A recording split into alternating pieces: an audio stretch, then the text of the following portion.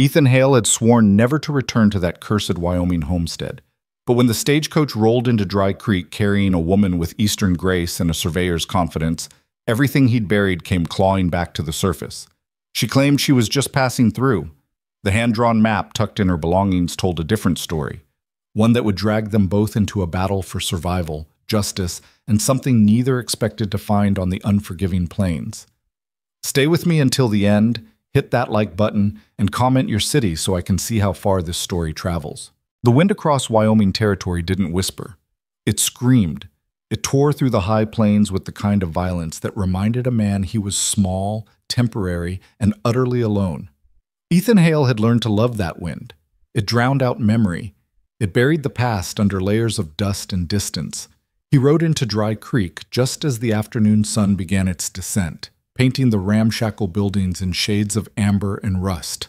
His horse, a sturdy buckskin gelding named Jasper, moved with the weary gait of an animal that had carried its rider too many miles with too few destinations.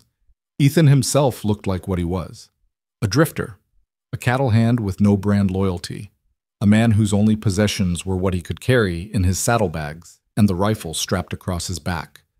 Dry Creek wasn't much: a trading post that doubled as a saloon, a livery stable that smelled of manure and hay, a handful of weathered structures that served no clear purpose except to prove that humans had been stubborn enough to build something here. The town existed because the stagecoach line needed a stop between Cheyenne and the mining camps further north. It survived on that necessity and nothing else. Ethan had no particular fondness for Dry Creek, but he had no fondness for anywhere.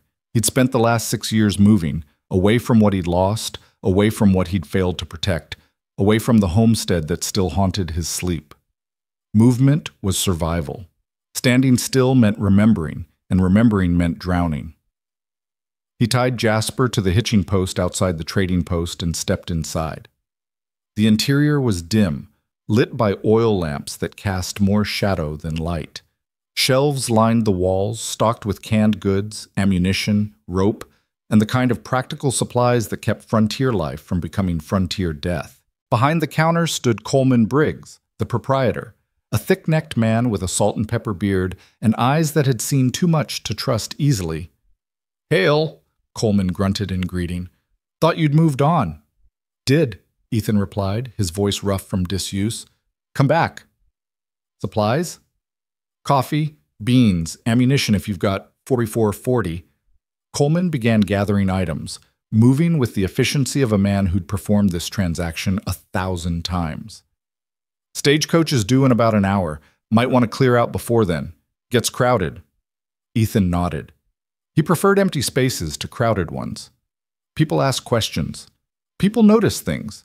People had a habit of getting tangled up in each other's lives, and he'd learned the hard way that tangles led to tragedies.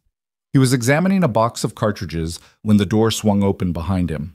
A young man entered, barely old enough to shave, with the eager energy of someone who hadn't yet learned that enthusiasm got you killed on the plains. "Mr. Briggs," the kid called out. "Stage is coming in early. They pushed hard from the last stop." Coleman frowned. "Why'd they do that?" "Don't know, but they're raising dust like hell's chasing them." Ethan felt something tighten in his chest. The instinct that came from years of reading trouble before it arrived. Stagecoaches didn't run early unless something was wrong. He paid for his supplies quickly, intent on leaving before whatever complications the stage brought could touch him. But fate, it seemed, had other plans. He was loading his saddlebags when the stagecoach thundered into town, wheels kicking up clouds of ochre dust that hung in the air like a warning. The driver hauled on the reins, bringing the horses to a stamping, snorting halt. The animals were lathered with sweat, their sides heaving. Whatever had motivated the early arrival hadn't been gentle. Ethan kept his head down, securing his supplies with practiced efficiency. Not his business. Not his problem. The stagecoach door opened.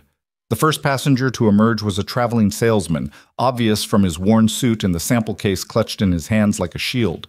He looked shaken, his face pale beneath a layer of trail dust. He stumbled toward the trading post without a word. The second passenger was a woman. Ethan's hand stilled on the leather strap he'd been tightening. She stepped down from the stage with a grace that seemed entirely out of place in Dry Creek's hardscrabble reality. She wore a traveling dress in deep blue, practical but well made, with a fitted jacket that suggested Eastern tailoring. Her dark hair was pinned up beneath a simple hat, though strands had escaped during the journey, framing a face that was striking not for conventional beauty, but for the intelligence and determination evident in every line. She carried herself with a composure that bordered on defiance, as if she knew exactly how out of place she looked and refused to apologize for it. She was young, perhaps mid-20s, and she moved with the kind of careful confidence that came from someone who'd learned to navigate spaces that didn't want her there. But it was what she carried that caught Ethan's attention. In addition to a modest travel bag, she held a leather satchel close to her body, the kind mapmakers and surveyors used. And as she stepped onto the wooden sidewalk, the satchel slipped slightly, its flap opening just enough to reveal papers inside. Maps. Hand-drawn, detailed maps. Ethan looked away quickly, cursing himself for noticing. Not his business. The driver was already unloading luggage, grumbling about the hard ride. "That's the last time I let passengers convince me to push the team," he muttered. "Lucky we didn't break an axle." The woman approached him with calm authority. "I'm grateful for your willingness to accommodate my request. The delay at the last stop would have cost me an entire day." Her voice was Eastern, educated, with rounded vowels that spoke of libraries and parlors rather than dust and danger. But there was steel underneath the refinement. This wasn't a woman accustomed to being dismissed. "You paid extra," the driver said, softening slightly. "But next time, miss, patience serves you better than speed out here."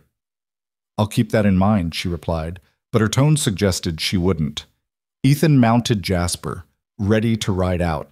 He'd gotten what he came for, time to move on, put distance between himself and— "Excuse me?" He stiffened. The voice was directed at him. He turned slowly to find the woman standing a few feet away, her dark eyes assessing him with the kind of directness that most frontier women learn to avoid. She didn't look afraid, though she should have been. A lone woman addressing a strange man in a lawless territory was asking for trouble. "Yes, ma'am?" His voice came out harder than intended. "I'm looking for someone who knows the land north of here. The stage driver mentioned you might be a drover who's worked these territories." Ethan's jaw tightened. He mentioned wrong. "My apologies." She didn't sound apologetic. "I'm looking to hire a guide, someone familiar with the— Not interested." He gathered his reins, ready to turn Jasper toward the road. "I can pay well." "Don't need money." "Everyone needs money, Mr. Not interested," he repeated, more forcefully this time. For a moment, she simply studied him, and Ethan had the uncomfortable sensation of being read like one of the maps in her satchel.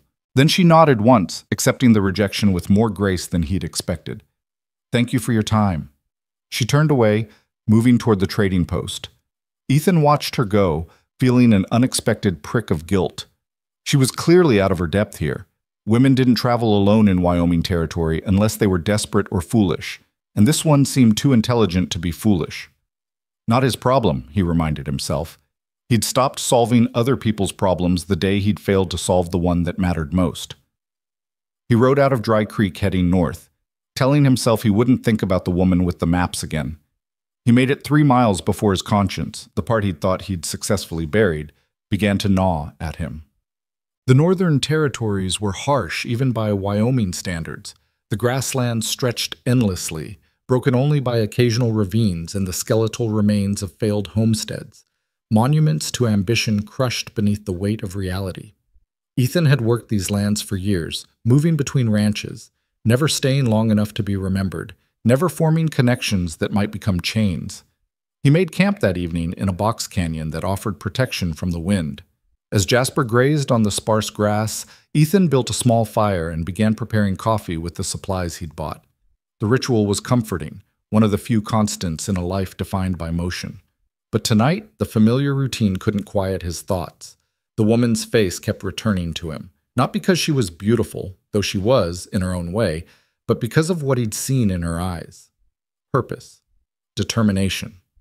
The kind of focused intensity that reminded him of someone he'd once known, his father. Jacob Hale had been a man of iron will and impossible dreams. He'd dragged their family west from Missouri with promises of land and prosperity, determined to build something lasting in a place that killed dreams as readily as it killed people. Ethan's mother had died within 2 years. Fever took her in the winter of 1876. His younger sister, Sarah, had followed 3 years later, consumption hollowing her out until there was nothing left but coughs and apologies. His father had refused to leave, refused to admit defeat. Even as the land broke him piece by piece, Jacob Hale had clung to the belief that stubborn determination could overcome any obstacle. He'd been wrong. The memory of that final night rose unbidden, vivid despite Ethan's efforts to bury it. The sound of horses approaching in darkness, the shouts, his father standing on the porch with a rifle, defending what he'd built against men who wanted the water rights to their land. The gunshot that had ended everything. Ethan had been 19. He'd hidden in the barn like a coward while his father died in the dirt. By the time he'd emerged, the riders were gone, and Jacob Hale was bleeding out beneath a sky full of indifferent stars. The territorial marshal had come eventually, investigated, found nothing. The men who'd killed Jacob Hale had vanished like smoke, protected by whoever had hired them. The land had been seized for unpaid taxes, taxes that had mysteriously appeared in the territorial records after his father's death. Legal theft wearing the clothes of bureaucracy. Ethan had left the next day. He told himself he was going for help, for justice, but he'd known the truth.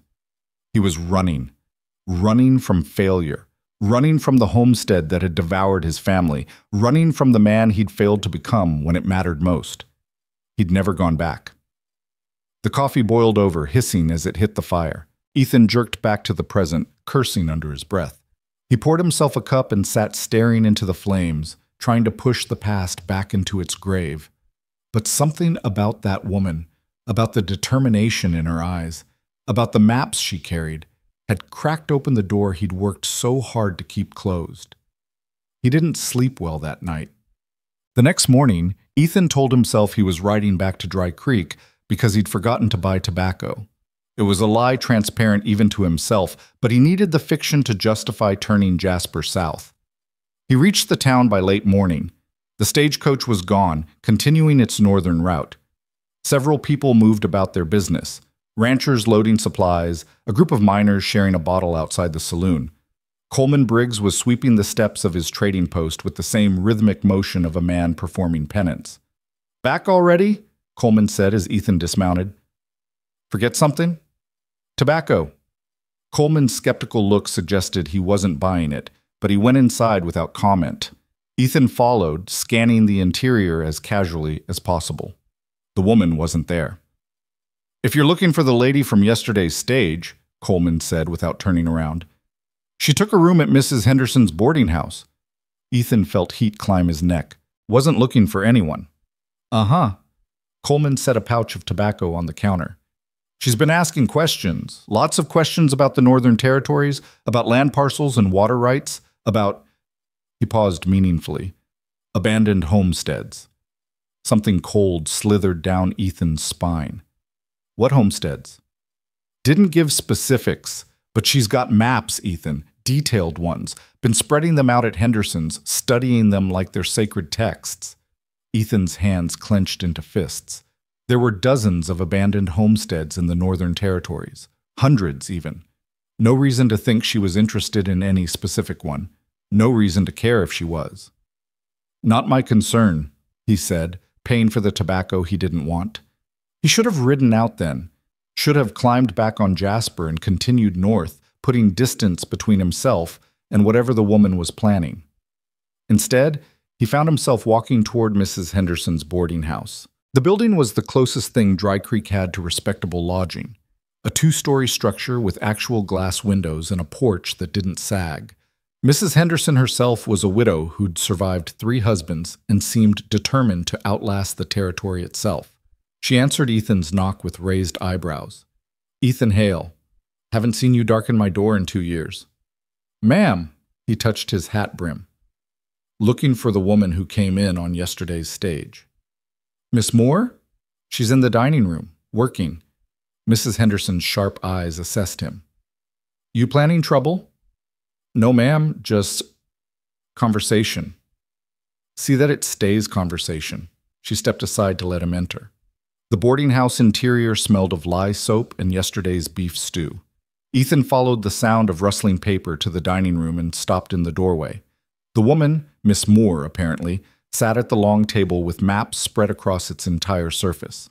She'd removed her jacket, working in her shirt sleeves with her hair pinned up carelessly. A pencil was tucked behind one ear. She made notes in a leather-bound journal, cross-referencing between the maps and a sheaf of official-looking documents. The scene was so familiar it punched the air from Ethan's lungs. His father had worked exactly like this, obsessive, meticulous, certain that enough careful planning could overcome any obstacle. She looked up, sensing his presence. Surprise flickered across her face, followed quickly by guarded curiosity. Mr. She left the question hanging.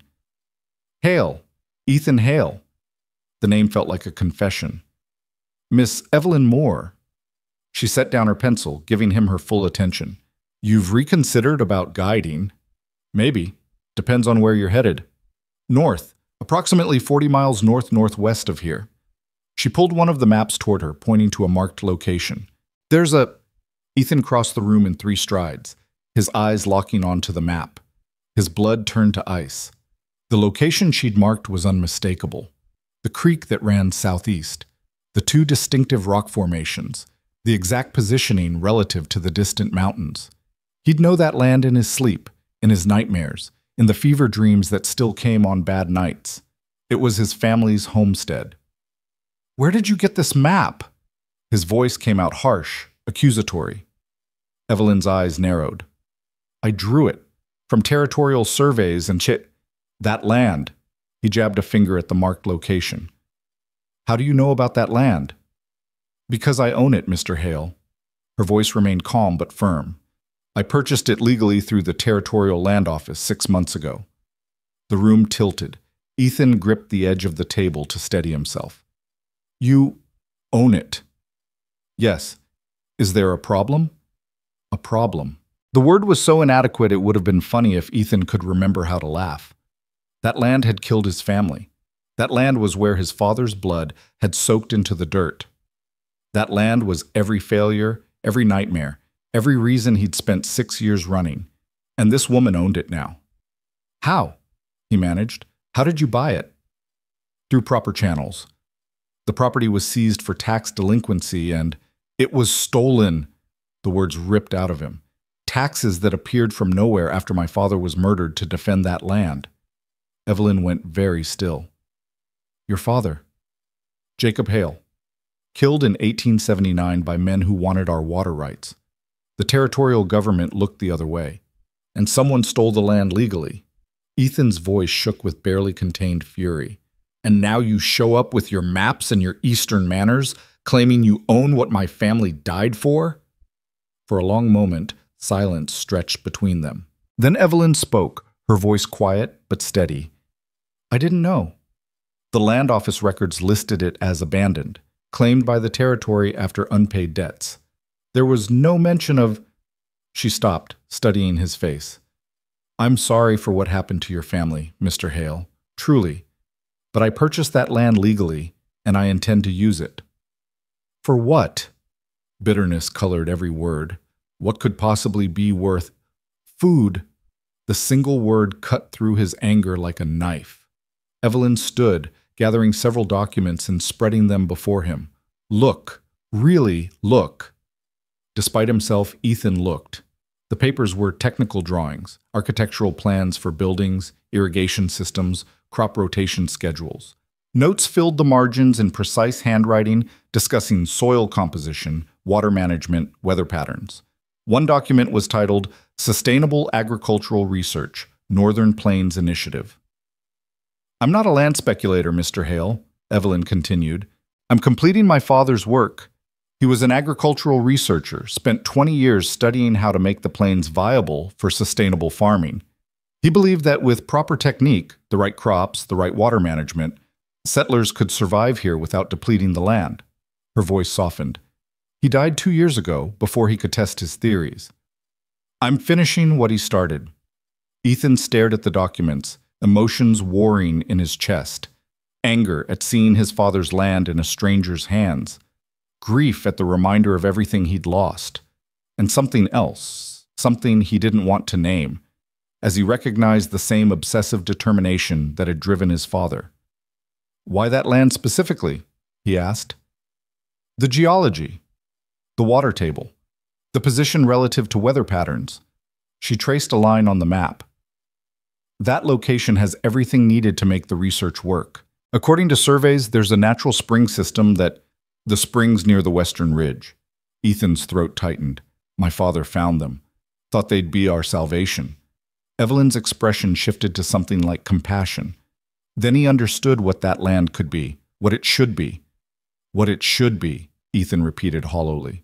"It's a grave. That's all it is. Or it could be what your father dreamed, what my father dreamed." She met his eyes directly. "I understand if you can't help me. I understand if the land carries too much pain, but I'm going there, Mr. Hale. With or without a guide. With or without your blessing. You'll die." The words came out flat, factual. "You have no idea what you're facing. The land alone will kill you before winter. And if word gets out that someone's trying to homestead that property again," he shook his head, "whoever killed my father to get that land, they're still out there. They'll kill you too." "Perhaps." Evelyn's jaw set in a stubborn line. "But I'm going anyway. I've spent 2 years preparing for this. I've liquidated everything I own. This is my father's legacy and my life's purpose." She paused. "However, I'm not foolish. I know I need help. Someone who knows the land, knows the dangers, someone who—" She hesitated. "Someone who has a reason to see that place become something other than a grave." Ethan wanted to refuse. Every instinct screamed at him to walk away, to protect himself from the pain that going back would inevitably bring. That homestead was his worst nightmare made tangible, the physical manifestation of every failure that haunted him. But as he looked at Evelyn more, at the determination in her eyes, at the maps spread before her like battle plans, he saw his father's ghost.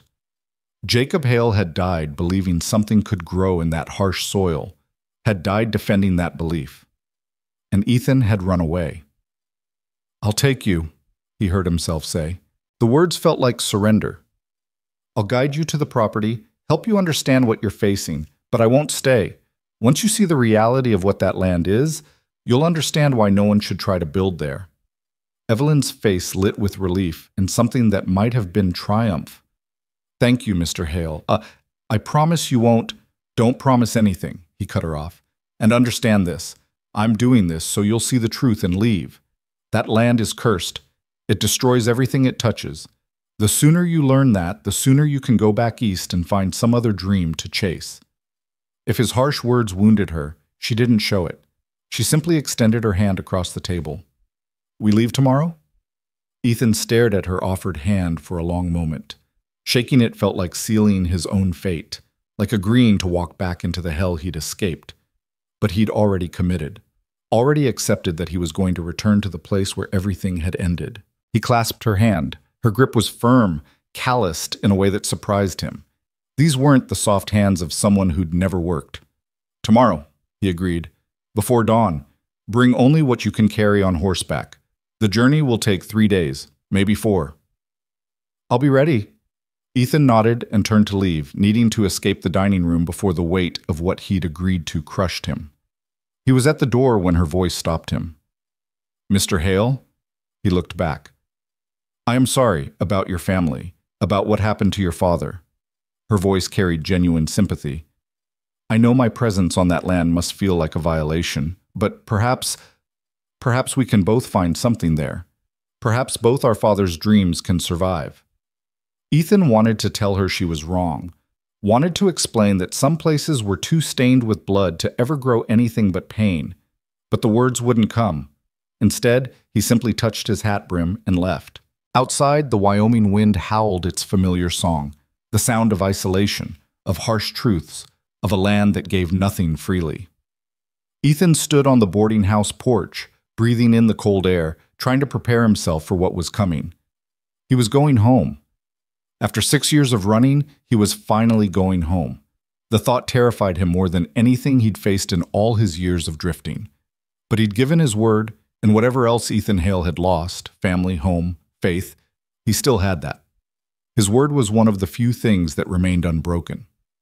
He walked back to the livery stable where Jasper waited, his mind already cataloging what supplies they'd need for the journey. 3, maybe 4 days to reach the homestead. Then however long it took for Evelyn Moore to understand the brutal reality of what she'd purchased. A week, perhaps 2 at most, before she admitted defeat and returned to civilization. That's what he told himself.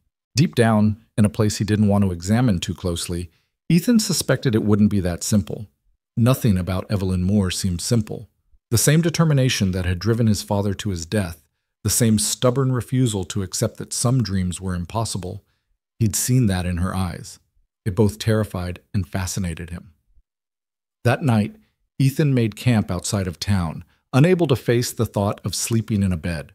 He lay on his bedroll, staring up at the vast Wyoming sky, at stars so numerous they seemed to bleed together into a river of light. His father had loved this sky, had called it proof that beauty existed even in harsh places, that light persevered even in darkness. Ethan had stopped believing in his father's poetry years ago, but tomorrow he would ride north. Tomorrow he would face the ghosts he'd been running from. Tomorrow, for the first time in 6 years, he would stand on the land where his father had died, believing in the impossible. And beside him would be a woman who believed in impossible things too. Whether that made her brave or foolish, Ethan couldn't say. Perhaps there was no difference. Perhaps every dream big enough to change things required a measure of foolishness, a willingness to risk everything on uncertain ground. His father had been willing. It had killed him. Now Evelyn Moore stood ready to make the same gamble, to stake her life on the same cursed earth. And Ethan? He'd already decided his role. He would be the voice of reason, the bitter reality check, the one who would show her the truth and then watch her leave. That's what he told himself as sleep finally claimed him beneath the indifferent stars. He would guide her there and watch her leave. He would remain unmoved, unchanged. He would survive this journey the same way he'd survived the last 6 years, by refusing to let anything matter enough to hurt him. These promises felt hollow even as he made them, but Ethan clung to them anyway. They were all he had. The woman with her maps and her father's dreams, she was just passing through. And so was he, always passing through, never staying long enough to be wounded again. The wind howled agreement, and Ethan let himself believe it, let himself pretend that going back wouldn't change everything. Tomorrow, the journey would begin. Tomorrow, he would face his past, and beside him would ride a woman who saw possibility where he saw only graves, who looked at his family's failure and saw the foundations of her own impossible dream. He told himself it didn't matter. He told himself he wouldn't care. He told himself he could walk away again when the time came. The wind howled on, and Ethan closed his eyes against the stars, trying not to wonder if all those promises, to himself, to his father's ghost, to the cold comfort of solitude, were already starting to crack. Dawn broke cold and colorless over Dry Creek, the kind of morning that promised nothing and delivered less. Ethan was already awake, had been for hours, unable to find rest in the few hours he'd attempted sleep. He'd spent the darkness checking and rechecking his gear with the obsessive focus of a man preparing for battle. Because that's what this was, wasn't it? A battle against memory, against the gravitational pull of a past he'd sworn to leave buried. Evelyn Moore appeared at the livery stable just as the first pale light touched the eastern horizon. She wore practical traveling clothes, split riding skirt, sturdy boots, a canvas jacket that had seen use. Her hair was braided and pinned close to her head beneath a wide-brimmed hat. She carried 2 bags, both considerably lighter than what she'd arrived with. "You came," she said, and Ethan heard the note of surprise in her voice. "Said I would." He gestured to the mare Coleman Briggs had agreed to rent her. "That's Sadie. She's steady, won't spook easy. You know how to ride." "Well enough." Evelyn approached the horse with confidence, running her hand along Sadie's neck in greeting. The mare accepted the attention calmly. "I'm not as experienced as someone who's spent years in the saddle, but I won't slow us down." "We'll see." Ethan's tone was deliberately gruff. He secured her bags to the saddle, noting their weight. "This everything?" "The essentials, my research notes, basic supplies, seeds." She caught his skeptical look. "I shipped the bulk of my materials ahead to Fort Kearney. They're being held there until I can arrange transport to the property." Of course she'd planned that far ahead. Ethan felt a grudging respect he didn't want to feel. Smart, assuming you actually make it that far. I will. No hesitation, no doubt, just flat certainty. They rode out as Dry Creek began to stir, leaving behind the last outpost of what passed for civilization in these territories. The land opened before them like a wound, vast, raw, beautiful in its brutality. The early morning light painted the grasslands in shades of gold and shadow, and the wind that never stopped carried the scent of sage and dust. For the first hour, they rode in silence. Ethan set a steady pace, not too fast, allowing the horses to warm into the work ahead. He kept his attention divided between the trail and his reluctant companion, watching for signs that she was struggling with the ride. But Evelyn sat her saddle with decent form, moving with Sadie's gait rather than fighting it. She'd understated her experience, he realized. This wasn't her first long ride. "You're quiet," she said finally, breaking the silence. "Is that temperament or strategy?" "Both." Ethan didn't look at her. "Out here, talking wastes water and attracts attention. Neither's advisable." "Attention from what?" "Raiders, claim jumpers, natives who've got every right to resent us crossing their land, predators, the four-legged kind, and otherwise." He gestured to the endless expanse around them. "The territory looks empty, but it's not. Things are always watching." Evelyn absorbed this without visible fear. "You've dealt with all of those?" "Most. Survived by keeping my head down and moving on before trouble could find me." He finally glanced her way. "You should have hired someone else. Someone who knows how to fight instead of run." "I don't think that's true." Her voice was thoughtful. "I think you know exactly how to fight. You just choose not to." The observation struck too close to something Ethan didn't want examined. "You don't know anything about me. I know your father died defending that land. I know you were there. I know you left and never went back." She urged Sadie closer, studying his profile. "That's not cowardice, Mr. Hale. That's survival instinct. There's a difference." "Is there?" The bitterness in his voice surprised even him. "Tell that to my father's ghost. Your father made his choice. You made yours. Both took courage." Ethan wanted to argue, to explain that there was nothing courageous about hiding in a barn while your father bled out in the dirt. But the words wouldn't come, strangled by the shame that never quite left him. Instead, he urged Jasper forward, increasing their pace enough that conversation became difficult. They rode hard until midday, stopping only when Ethan found a creek where the horses could drink and graze. The water ran clear over smooth stones, cold enough to make his teeth ache when he cupped his hands for a drink. Evelyn knelt beside him, refilling her canteen with efficient movements. "Tell me about the land," she said. "The homestead. What was it like before my father died defending it?" Ethan's jaw tightened. "It was hard. Everything was hard. My mother lasted 2 winters before the fever took her. My sister 3 more. The crops failed more often than they grew. The cattle got sick, froze, starved. We fought the land every day and lost more than we won. But you stayed." "My father stayed. Wouldn't listen to reason, wouldn't admit defeat. He believed—" Ethan stopped, the memory sharp as broken glass. "He believed that determination was enough. That if you wanted something badly enough, worked hard enough, refused to give up, the land would eventually yield. And you think he was wrong?" I watched him die, proving it. Ethan stood abruptly, unable to continue the conversation. "We need to cover more ground before dark. Let's move." But Evelyn didn't move. She remained kneeling by the creek, her dark eyes fixed on him with uncomfortable intensity. What if he wasn't wrong? What if he just didn't have the right knowledge, the right techniques? What if the determination was there, but the science wasn't? "Science?" Ethan nearly laughed. "The land doesn't care about science, Miss Moore. It takes what it wants and gives nothing back." "You're wrong." She rose, facing him with that same stubborn conviction he'd seen in his father's eyes so many times. "The land gives everything, if you understand how to listen. My father spent 20 years learning its language, soil composition, water tables, native plant species, weather patterns. He developed methods that work with the land instead of against it. That's what I'm bringing to your homestead, not just hope, knowledge."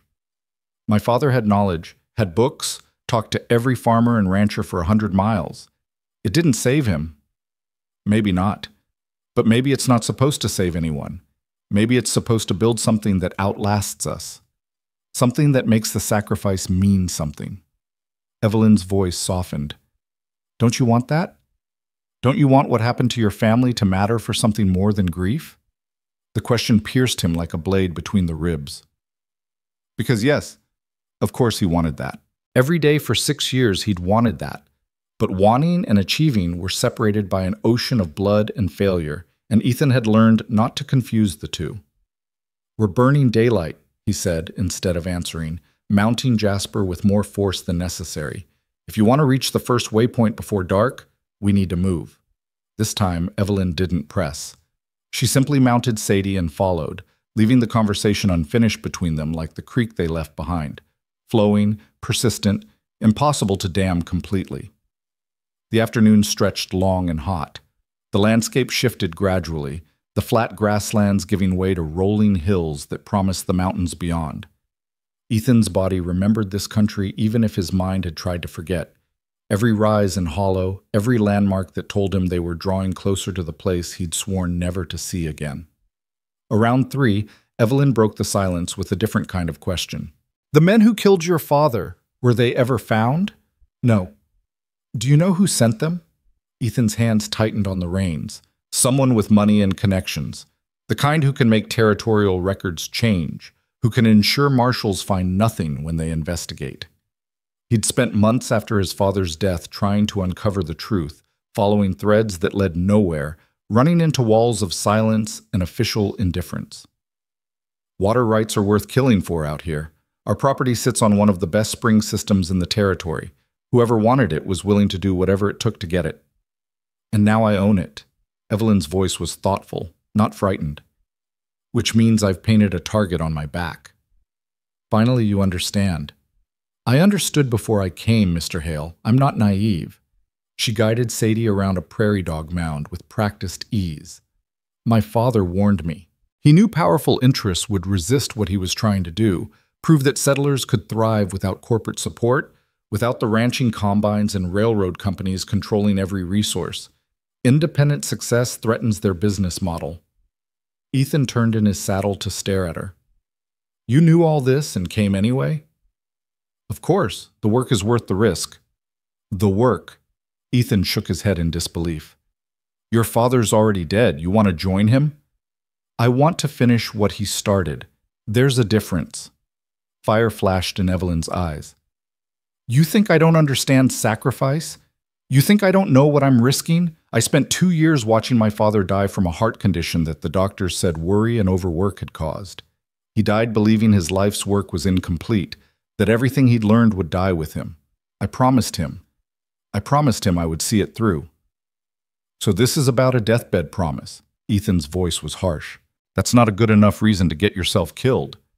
It's as good a reason as your father had for staying, for dying. Evelyn urged Sadie forward until she rode beside him, forcing him to meet her gaze. You're angry he didn't run, angry he didn't save himself. But would you have respected him if he had? Would you? The question hit like a physical blow, because no, Ethan wouldn't have. Even after everything, even after 6 years of running himself, he still held his father's stubbornness sacred. Jacob Hale had refused to be driven from land he'd claimed, refused to let bullies and murderers win. He'd died for that principle. And Ethan had run from it. Respect doesn't bring anyone back from the dead, he said finally. No, but it gives meaning to death. It makes sacrifice count for something. Evelyn's voice gentled. I'm not here to die, Mr. Hale. I'm here to live, to build, to prove that this land can sustain people without destroying them. If I fail, if I die trying, at least I'll have tried. They rode on in silence after that, the shadows lengthening as the sun tracked westward. Ethan found himself watching Evelyn when he thought she wouldn't notice, the set of her shoulders, the way she scanned the horizon constantly, learning the land even as they crossed it. She wasn't what he'd expected. Eastern women were supposed to be fragile, unsuited for the harsh realities of frontier life. But Evelyn Moore moved through this landscape with a kind of determined grace, absorbing its challenges without complaint. His father would have liked her, Ethan realized with a pang. Jacob Hale would have recognized a kindred spirit, someone stubborn enough to chase impossible dreams across impossible distances. By the time they made camp that evening, Ethan's emotions were a tangled mess of resentment, reluctant respect, and the growing certainty that he'd made a terrible mistake agreeing to this journey. Evelyn Moore was going to die on that land, and he was going to have to watch it happen. Another person destroyed by the same cursed ground that had taken his family. He selected a campsite in a shallow depression that offered protection from the wind and concealment from anyone watching the trail. While he tended the horses, Evelyn gathered dry buffalo chips for fuel. She'd seen him do it earlier and adapted without being told. She moved with the economical efficiency of someone who'd learned to conserve energy, who understood that survival required paying attention to details. "You're good at this," Ethan found himself saying as they built the small fire. "Most Eastern women would be useless out here." My father believed in practical education. We spent summers traveling through farming communities, talking to settlers, learning techniques. I've camped rough before. She arranged the fuel with skilled hands. Not like this, not in truly wild country, but I'm not completely unprepared. There's a difference between camping near civilization and surviving out here. I'm learning that. Evelyn accepted the jerky and hardtack he offered without complaint, though he knew the fare was barely edible. "Tell me more about the land, the homestead itself. What buildings were there? What state are they in now?" Ethan found himself talking despite his intention to remain silent. Maybe it was the firelight, or the intimacy of shared isolation, or simply the fact that he was already halfway back to his past and couldn't stop the memories from surfacing. He described the layout, the house his father had built, the barn that still haunted his nightmares, the well that tapped into the spring system, the fields that had produced just enough to keep hope alive and never quite enough to bring prosperity. "The buildings might still be standing," he said, staring into the flames, "or they might have burned, collapsed, been torn down for lumber. 6 years is a long time to leave something exposed to the elements. But the land is still there, the springs, the soil, the potential." Evelyn wrapped her blanket tighter against the cooling air. "That's what matters. Potential." The word tasted bitter. "That's what my father always talked about. The land's potential. Our potential. All that potential and nothing to show for it, but graves." "Not nothing." Evelyn's voice was quiet but firm. "The work he did, clearing the land, testing the soil, finding the springs, that's knowledge. That's foundation. I'm not starting from nothing because of what your father built. He's not here to see it. No. But maybe that's why I need to succeed for him, for my father, for everyone who's tried and failed." She met his eyes across the fire. "For you, Mr. Hale. Maybe most of all for you. Don't." The word came out sharper than intended. "Don't make me part of your mission. I'm here to guide you, nothing more. When you see what you're really facing, when the reality crushes your dreams like it crushed his, I'll watch you leave and feel nothing. Will you?" The question was gentle, knowing. "I don't think so. I think you'll care deeply, no matter how hard you try not to. That's why you're here. That's why you agreed to guide me, even though every instinct told you to refuse. Because some part of you wants to believe it's possible. Some part of you wants to see your father's dream succeed." Ethan wanted to deny it, to throw her words back with the contempt they deserved. But exhaustion and honesty stripped away his defenses, leaving him exposed and raw. "What I want doesn't matter. What anyone wants doesn't matter. The land takes what it wants, and we die trying to stop it. Or we learn to work with it instead of against it." Evelyn laid down, pulling her blanket up to her chin, her face barely visible in the firelight. "Tomorrow, when you're ready, I'd like you to tell me everything you remember about the growing seasons there, the weather patterns. When the spring floods came, when the drought hit, everything your father learned. Why? Because knowledge shouldn't die with the people who hold it. Your father paid in blood for what he learned about that land. The least I can do is honor that by learning from it." Ethan didn't respond. He lay awake long after Evelyn's breathing deepened into sleep, staring up at the stars that had witnessed his father's death and now watched him return to that place of ending. The night sounds of the plains, wind through grass, the distant cry of a coyote, the soft movements of the horses, formed a symphony he'd once known by heart. Coming back felt like betraying his carefully constructed exile. For 6 years, he'd survived by feeling nothing, by keeping everyone at arm's length, by refusing to let the past have any claim on his present. But now, guided by a woman who saw hope where he saw only horror, he was walking straight back into the fire that had consumed everything he'd loved. And the worst part, the thing that terrified him most, was that Evelyn Moore was making him want to believe again, making him remember that his father had died defending something precious, making him wonder if running had been less about survival and more about surrender. The next 2 days passed in a rhythm of riding and rest, conversation and silence. Ethan found himself talking more than he had in years, answering Evelyn's endless questions about the land, soil types, water sources, native plants, animal patterns. She absorbed everything with fierce concentration, making notes in her journal during rest stops, cross-referencing his observations with her father's research. "The spring floods," she said on the second afternoon as they picked their way through a rocky section of trail. "You said they came in April." Late April, early May, snowmelt from the mountains.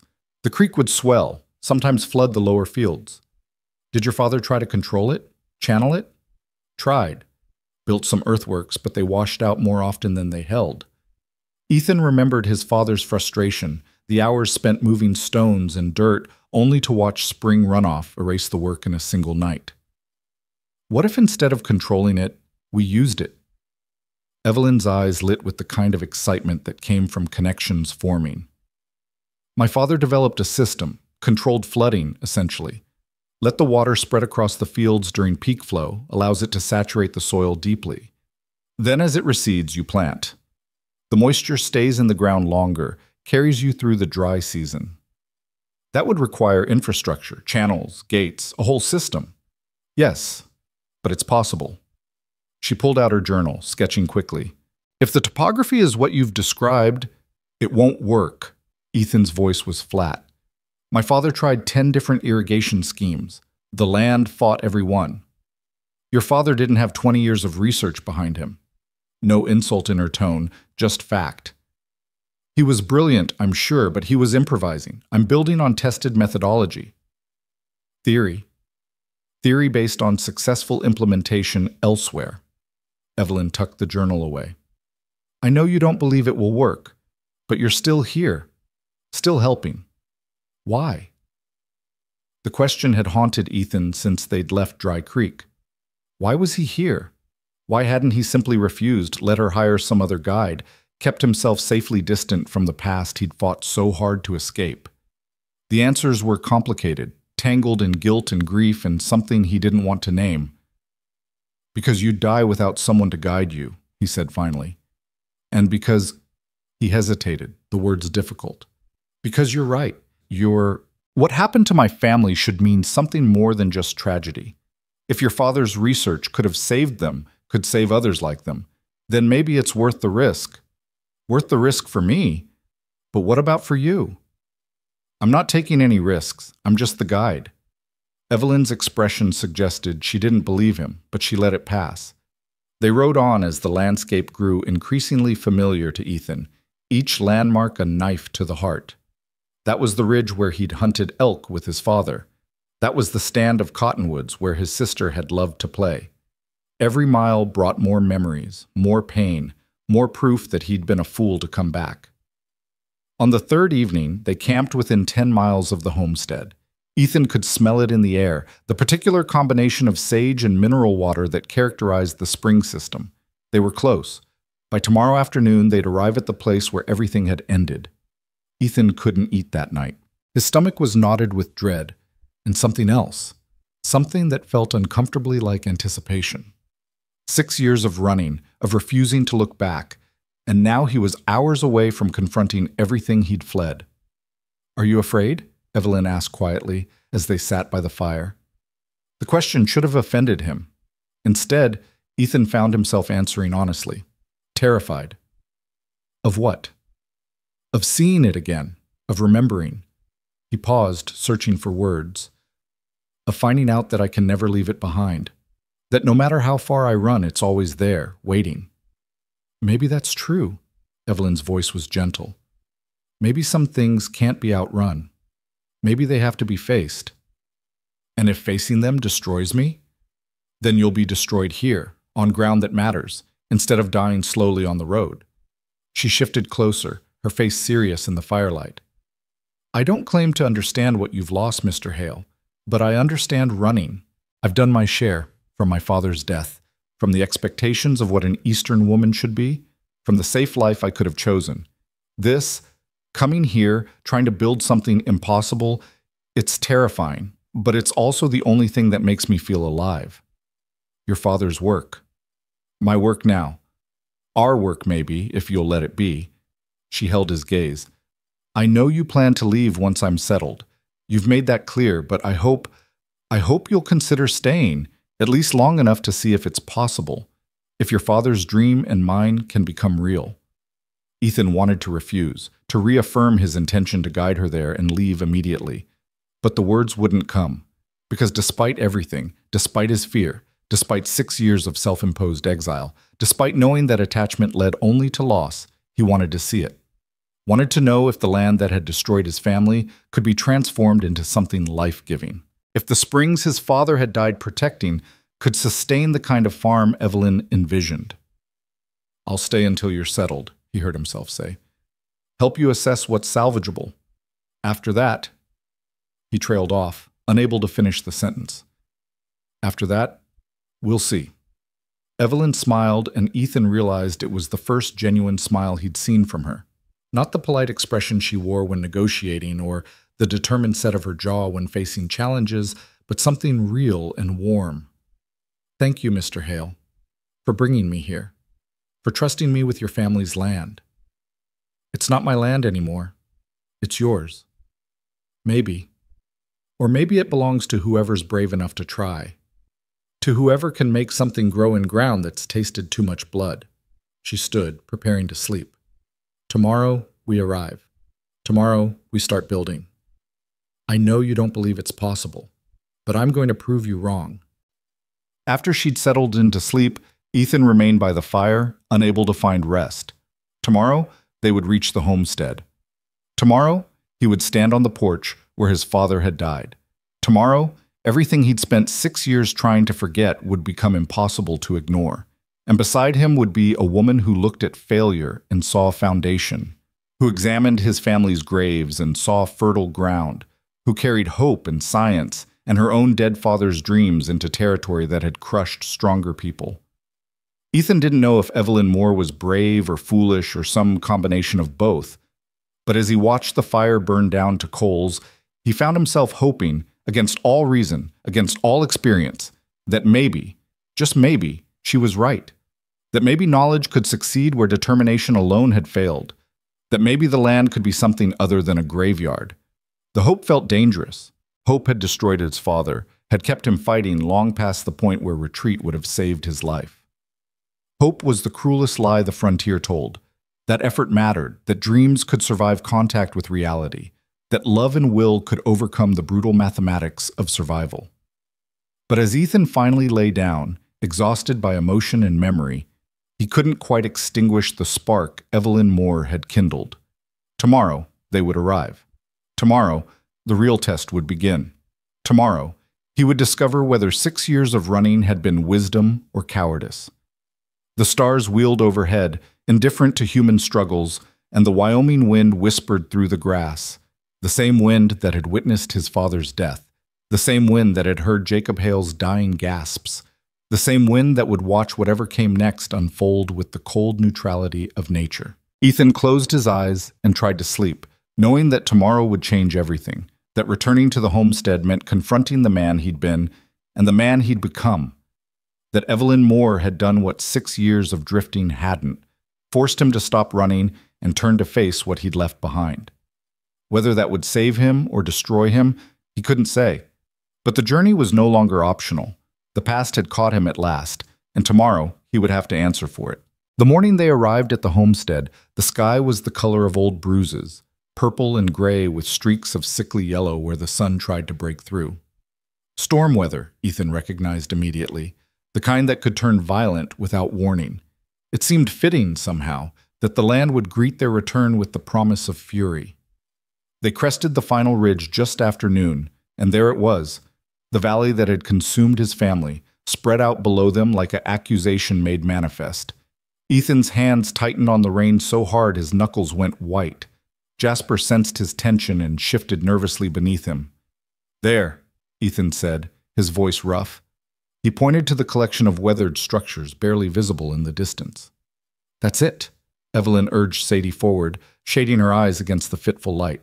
For a long moment she simply studied the land, the gentle slope down to the valley floor, the creek that cut through like a silver scar, the dark line of cottonwoods that marked the spring system, the buildings that had somehow survived 6 years of abandonment. When she finally spoke, her voice carried a note of wonder that made Ethan's chest tighten. "It's perfect," she breathed. "The topography, the water access, the wind protection from those ridges. My father's notes described ideal conditions, but this exceeds them. This could actually work." Ethan wanted to tell her she was wrong, that she was seeing possibility where only death existed, but the words wouldn't come. Because looking down at the homestead now, with Evelyn's eyes showing him what his own refused to see, he glimpsed what his father must have seen when they'd first arrived. The potential, the promise, the dream that had sustained Jacob Hale through every failure until it finally killed him. They descended into the valley slowly, Ethan's dread mounting with each step. The buildings grew more distinct, the house still standing miraculously, though weathered and sagging. The barn with its doors hanging open like a scream. The well housing, partially collapsed. The remains of fencing, mostly rotted or scattered by wind and time. Everything was gray and ghostly, a monument to abandonment. When they reached the house, Ethan couldn't bring himself to dismount. He sat frozen in the saddle, staring at the porch where his father had made his final stand. The wood was still dark in places, stains that could have been weather damage or could have been something else. Something that had once been red and warm and vital. "Mr. Hale?" Evelyn's voice seemed to come from very far away. "Ethan?" The use of his first name broke through his paralysis. He swung down from Jasper with wooden movements, his legs unsteady on ground he'd sworn never to stand on again. The air here smelled the same.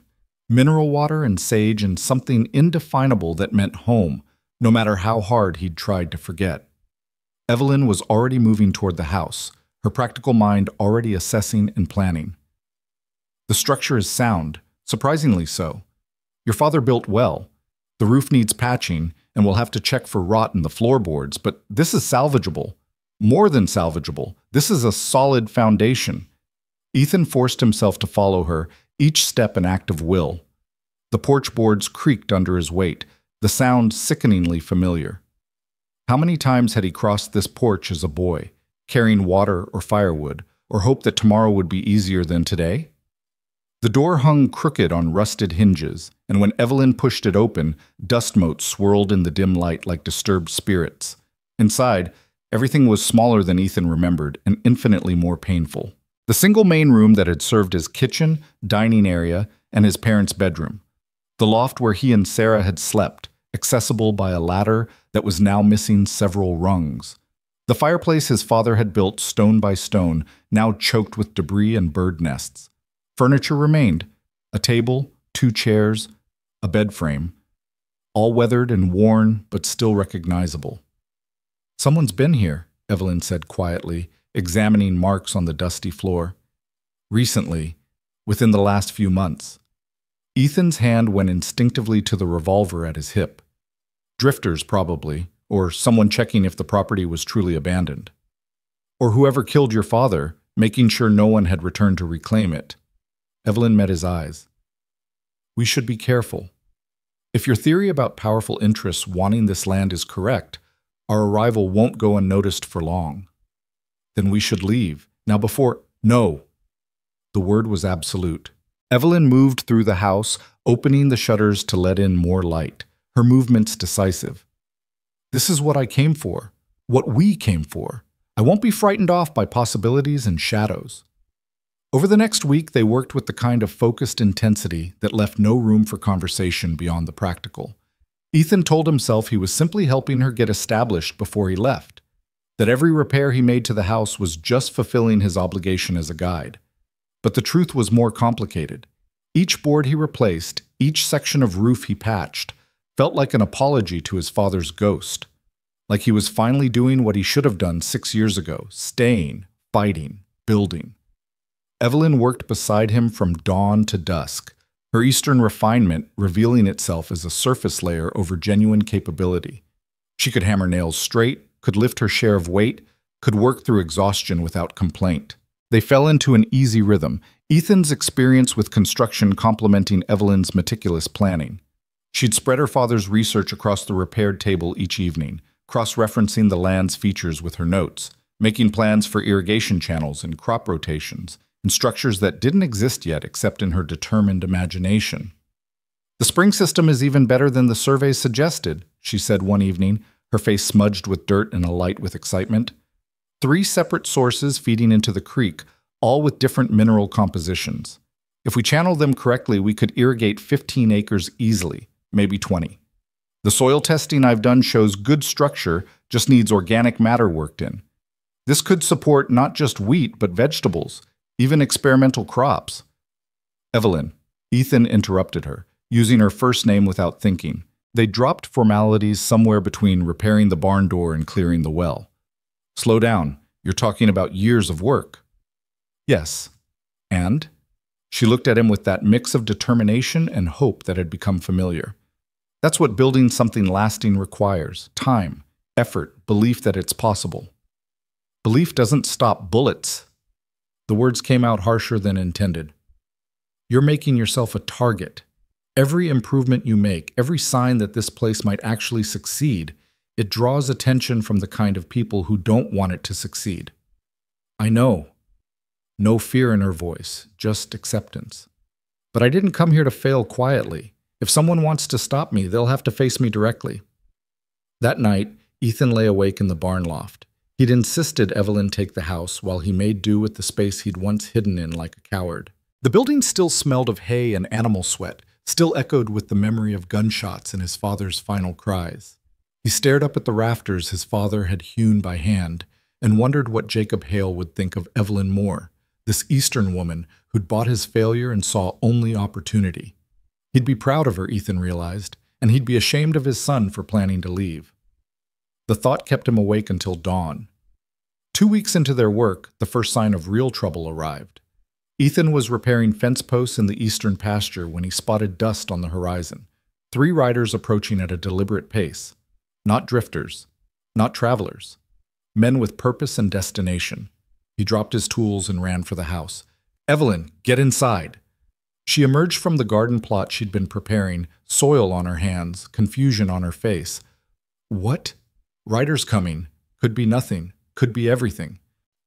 Ethan grabbed his rifle from inside the door, checking the load with practiced efficiency. "Stay in the house. Let me talk to them. If this is about the land, I should—" "Stay. Inside." He met her eyes. "Please.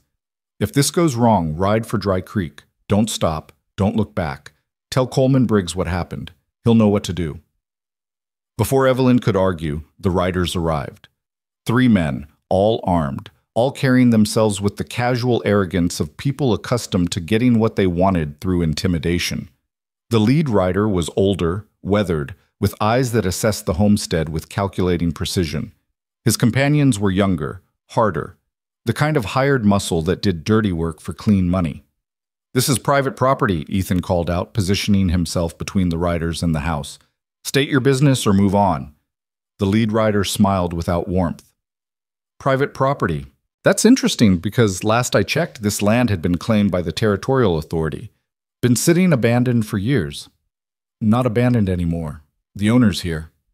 "The owner?" The man's eyes flicked to the house where Evelyn had appeared in the doorway despite Ethan's instructions. That would be Miss Evelyn Moore, late of Pennsylvania. Purchased the property through the land office for a surprisingly reasonable sum.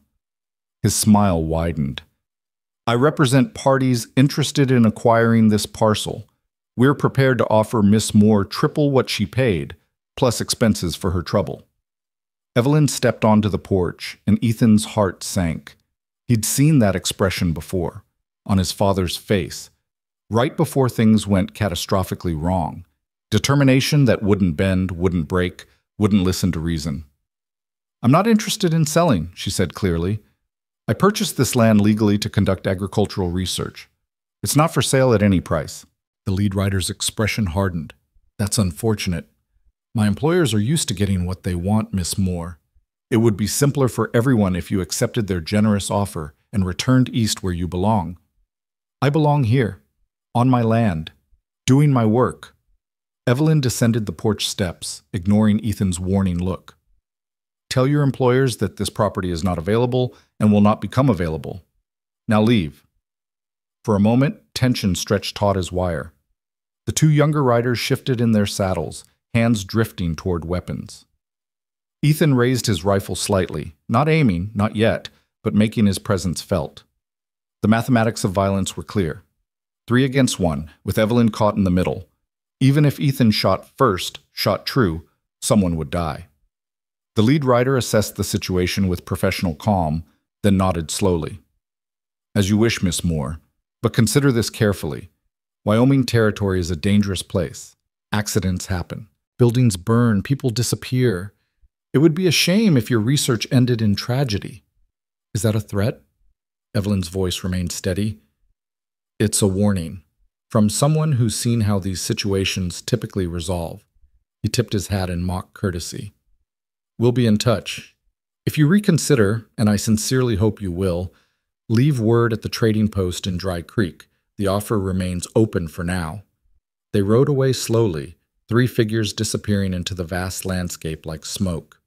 Ethan waited until they were completely out of sight before lowering his rifle, his hands shaking with delayed reaction. "You should have stayed inside, Chad," he said, anger covering his fear. "You should have let me handle them." "They came about my land. My decision." Evelyn's face was pale but composed. "I won't hide, Ethan. I won't give them the satisfaction of seeing me afraid. Fear would be appropriate. They just threatened your life. They threatened everyone who doesn't capitulate to their demands. That's how bullies operate." She turned back toward the house.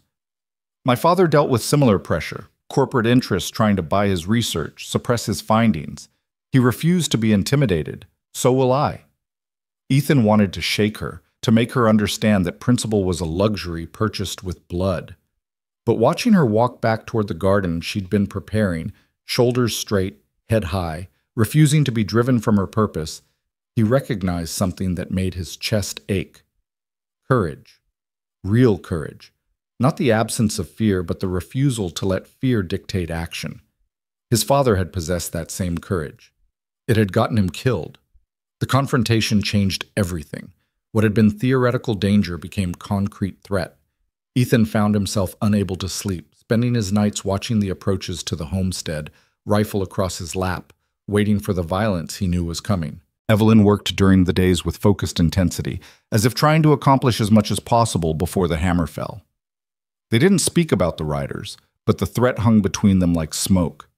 When Ethan suggested she leave, take the offer, save her life, Evelyn dismissed him with a look that made further argument pointless. When he proposed riding to Fort Kearney to report the intimidation, she pointed out that territorial authority was likely complicit. Someone had made his family's land available for purchase, after all. Someone with official power wanted this property, and legal recourse was probably impossible. So they worked and waited, building during daylight what forces beyond their control would likely destroy in darkness. 3 weeks after the rider's visit, Ethan woke to the smell of smoke. He was out of the barn before conscious thought, rifle in one hand, boots unlaced, his worst nightmare made manifest. Orange light flickered in the darkness. The barn was burning. Not the barn he slept in, but the one they'd repaired together, the one where Evelyn had stored her shipped supplies, her father's research materials, months of carefully gathered seed stock. "Evelyn!" He screamed her name, running toward the house. She appeared in the doorway, wearing only her nightdress, her face frozen in horror as she saw the flames. "The research!" she gasped. "Everything! My father's work!" She started toward the burning structure, and Ethan tackled her, dragging her back as the roof collapsed inward with a roar of flame and fury. Heat washed over them, intense enough to singe exposed skin even from 30 feet away. The horses, they'd moved the horses to the eastern pasture earlier that week, thank every force in the universe. But everything else was gone. They watched the barn burn, Evelyn shaking in Ethan's arms, both of them powerless against the destruction. The fire lit the valley like false dawn, bright and terrible. When the structure finally collapsed completely, sending sparks spiraling into the dark sky, Ethan heard Evelyn make a sound he'd never heard from her, a broken sob that came from somewhere deep and wounded. "They won," she whispered. "They burned it all. Years of work, my father's legacy, everything I brought, it's gone." Ethan tightened his arms around her, his own chest hollow with rage and grief. He knew exactly who'd done this. The same forces that had killed his father now targeted Evelyn, using fire instead of bullets, but with the same ruthless intent. Drive away the dreamers, destroy the hope, make the land too costly to claim. "No," he said, surprised by the steel in his own voice. "They haven't won, not yet." Evelyn pulled back to look at him, her face smudged with ash and tears. "How can you say that? Buildings burn, materials burn, but you're alive, the land's still here, the springs still flow." He cupped her face in his hands, making her meet his eyes. "My father died defending this place because he believed it mattered. Your father died believing this work needed to be done. That belief doesn't burn, Evelyn. That survives everything. The research notes that can be recreated. Your father's work is in your head, in your hands, in everything you've already done here." He felt something shift inside him. 6 years of running, finally stopping, finally finding ground solid enough to stand on. They thought fire would break you. They were wrong. Were they? Her voice was small, lost. "I came here so certain, so prepared, but I don't know if I'm strong enough to—" "You are." Ethan kissed her forehead, the gesture surprising them both. "You're the strongest person I've ever met. You looked at my family's failure and saw possibility. You stood up to armed men threatening your life. You worked until your hands bled building something you believed in. Fire doesn't change that. It just proves how much they fear what you're trying to do." Dawn was breaking, gray and cold. In its light, the destroyed barn looked even worse, a skeleton of charred timber and ash. But Evelyn was stirring in his arms, the initial shock giving way to something else. Something that looked like anger, righteous and pure. "They're trying to drive me away," she said slowly. "Make me give up, take their money and leave." "Yes. They think I'm alone, vulnerable."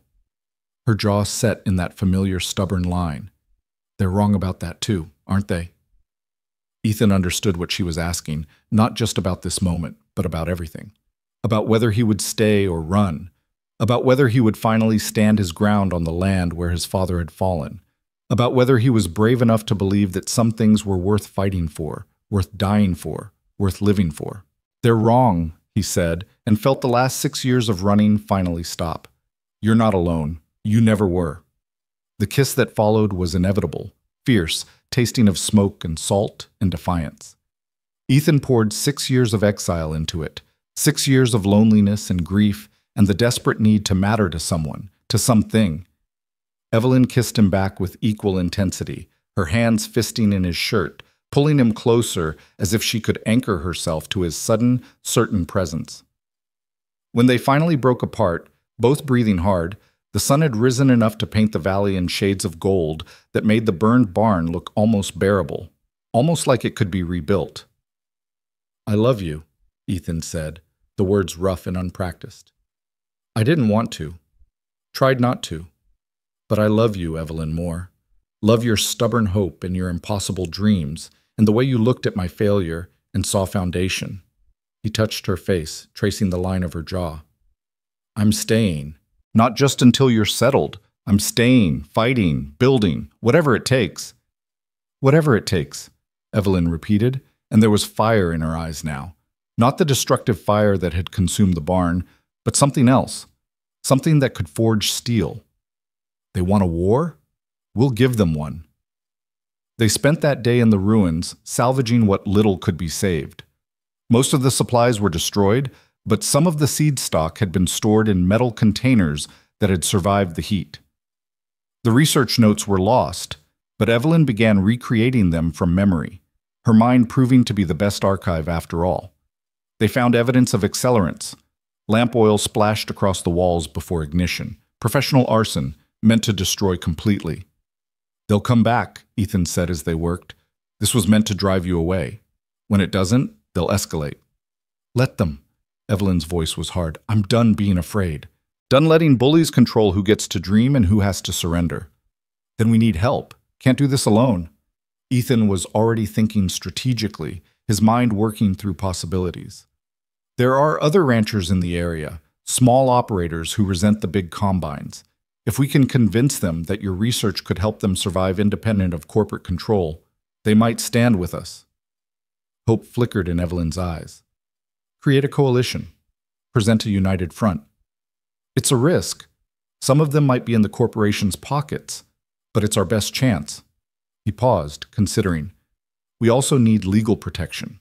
If we can prove you own this land legally, make it a matter of public record." "The Territorial Records Office in Cheyenne." Evelyn nodded quickly, her tactical mind engaging. "If we file the deed publicly, get witnesses, make it impossible to claim the sale was irregular.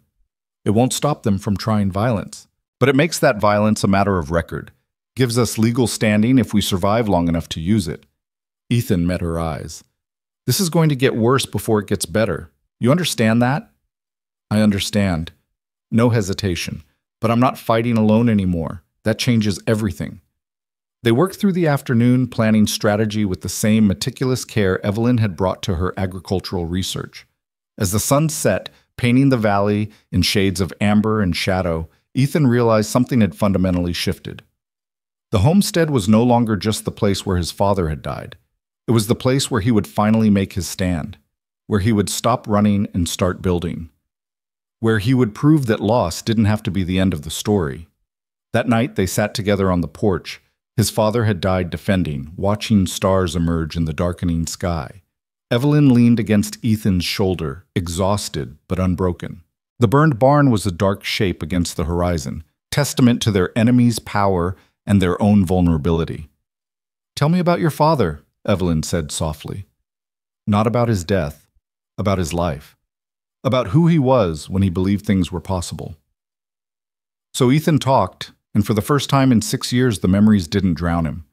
He spoke about Jacob Hale's laugh, about the way his father would stand in the fields at dawn and talk about potential like it was something you could harvest, about his mother's quiet strength and Sarah's bright curiosity, about the family they'd been before the land had taken them one by one. "They'd like you," he said finally. "My father especially. You've got his fire, his refusal to quit. And you've got his courage, even if you don't see it yet." Evelyn laced her fingers through his. "Running wasn't cowardice, Ethan. It was survival, but staying is choice. That's what makes it brave." The wind carried the smell of smoke and sage, of water and possibility. Somewhere in the darkness, forces were gathering against them. Men with money and power who wanted this land for reasons that had nothing to do with dreams and everything to do with control. They would come again, with fire or bullets or legal machinations meant to destroy what Evelyn was building. But for the first time since his father's death, Ethan wasn't afraid of the fight. Because this time, he wasn't alone.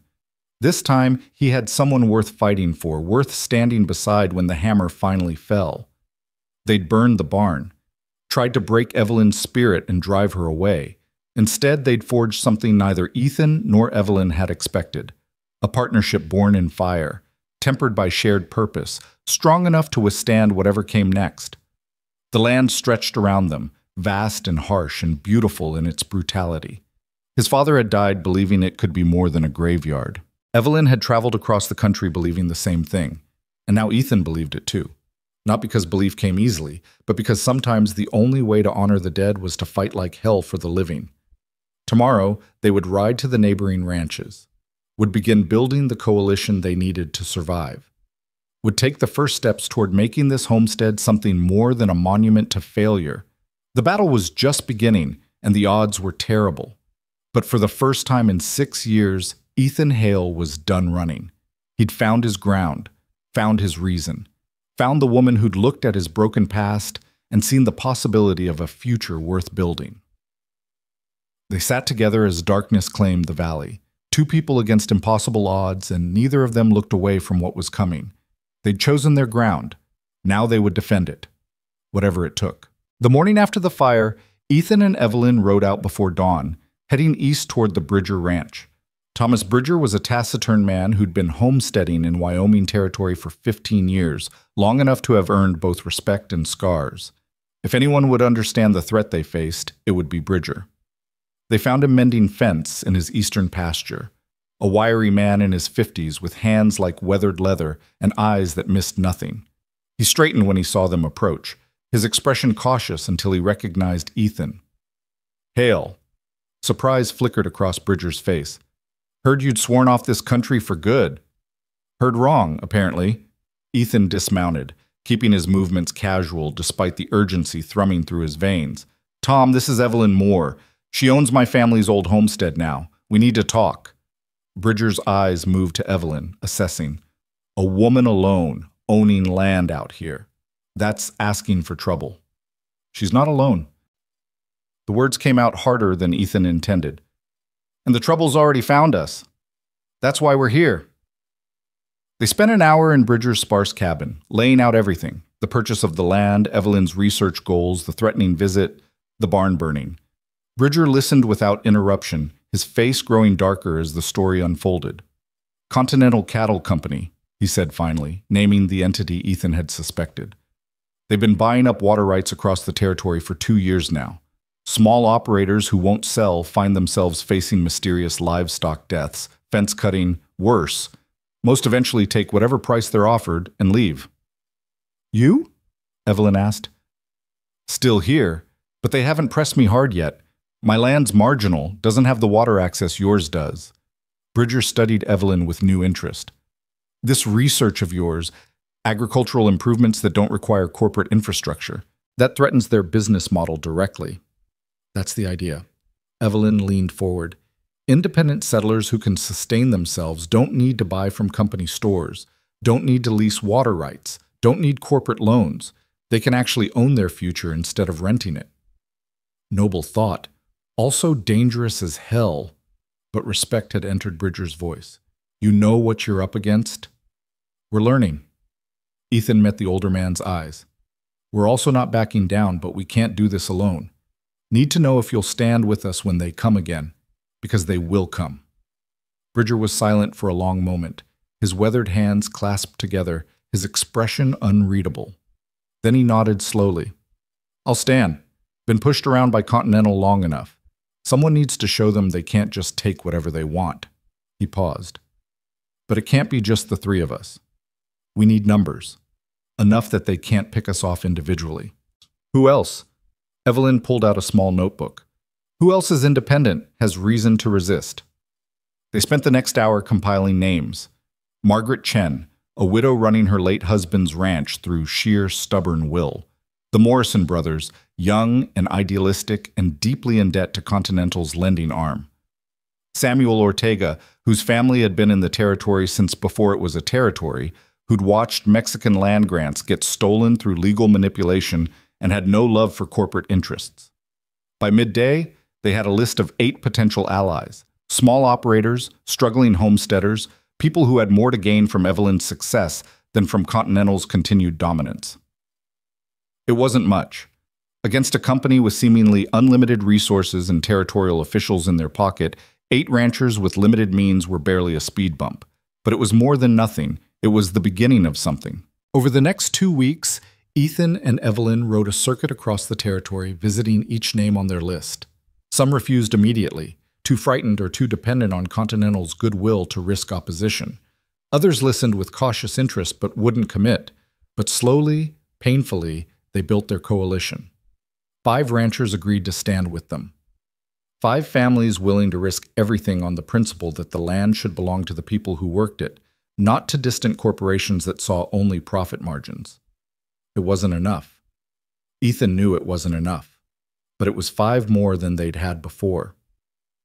They returned to the homestead to find another message waiting, this time delivered with less subtlety. Someone had slaughtered 3 of their horses, leaving the bodies in the creek to poison the water supply. The remaining animals had scattered in terror. It took 2 days to round them up, and another full day to drag the carcasses far enough away to prevent contamination. "They're escalating," Ethan said as they worked, both of them exhausted and filthy. "Trying to make survival impossible, even if we won't leave voluntarily. Then we adapt." Evelyn's voice was grim but steady. "Move the animals every night, post watches, make ourselves harder targets." "For how long? We can't live under siege forever." "Then we end the siege." She straightened, pushing sweat-soaked hair from her face. "We go on the offensive, stop reacting, and start acting." That night they gathered their small coalition in Bridger's barn, the 5 ranchers who'd committed, plus 3 of their grown children who'd volunteered to help. 11 people total against an organization that could hire 50 guns without blinking. Ethan stood before them, feeling the weight of leadership he'd never wanted and couldn't refuse. Continental Cattle Company wants to control water rights across the Northern Territory.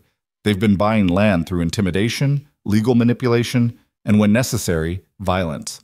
Miss Moore's property sits on one of the best spring systems in the region. They've tried buying it. They've tried burning her out. Next, they'll try killing us. "So what do we do?" Margaret Chen asked. She was in her 60s, her face lined by decades of harsh weather and harder choices. "We can't outfight them." "No," Evelyn agreed, "but we can outmaneuver them, make them fight on legal and social ground instead of violent confrontation." She spread papers across a makeshift table, territorial maps, water right documents, her father's research. Continental's been operating in a gray area, using threat and bribery but always maintaining plausible deniability. We force them into the light, make their actions matter of public record. "How?" Samuel Ortega's voice was skeptical. "First, we formalize our coalition legally, file as an agricultural cooperative with the territorial government. That gives us standing as an organization, not just individuals."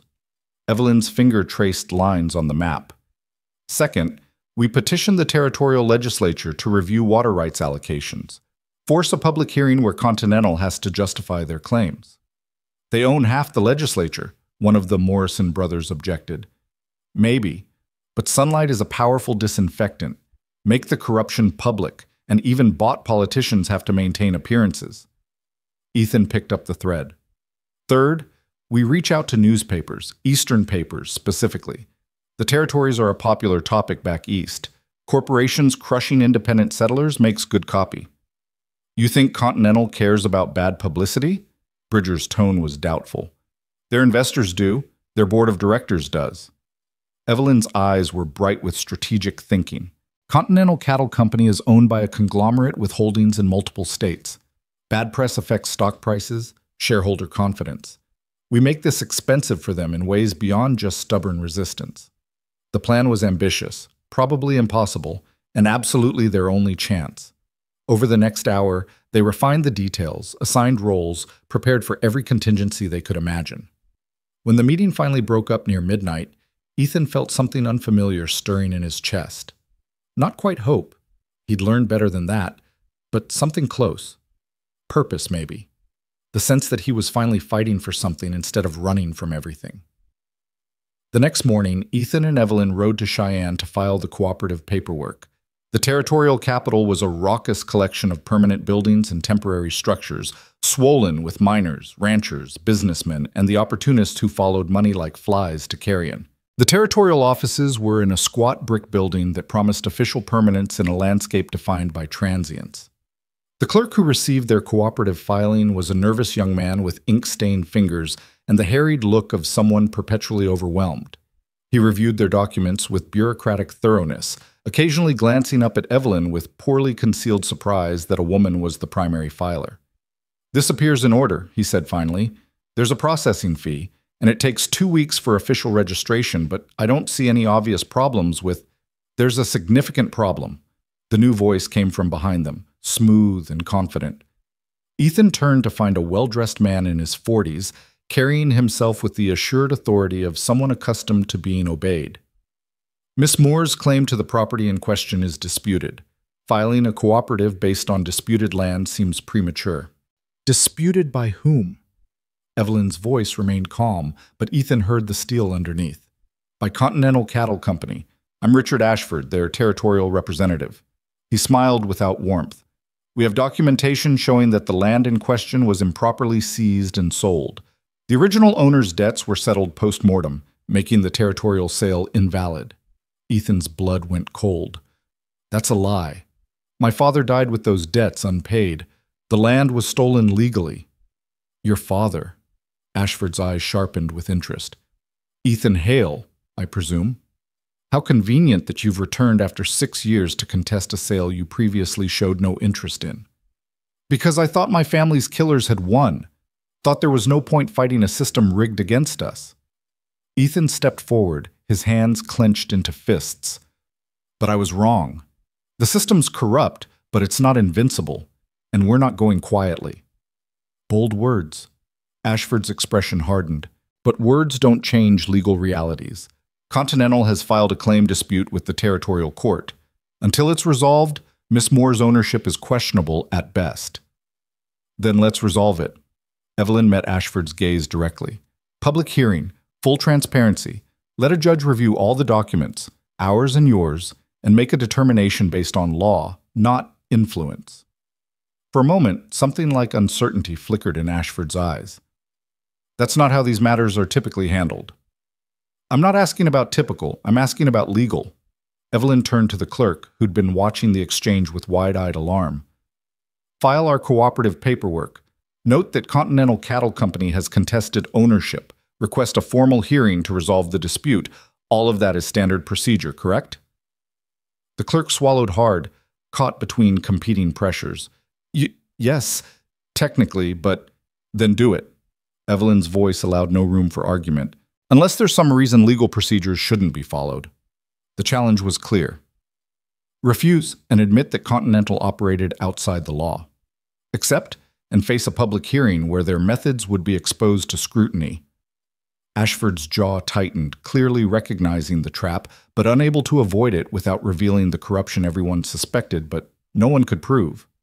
File it, he said finally to the clerk, then turned back to Evelyn.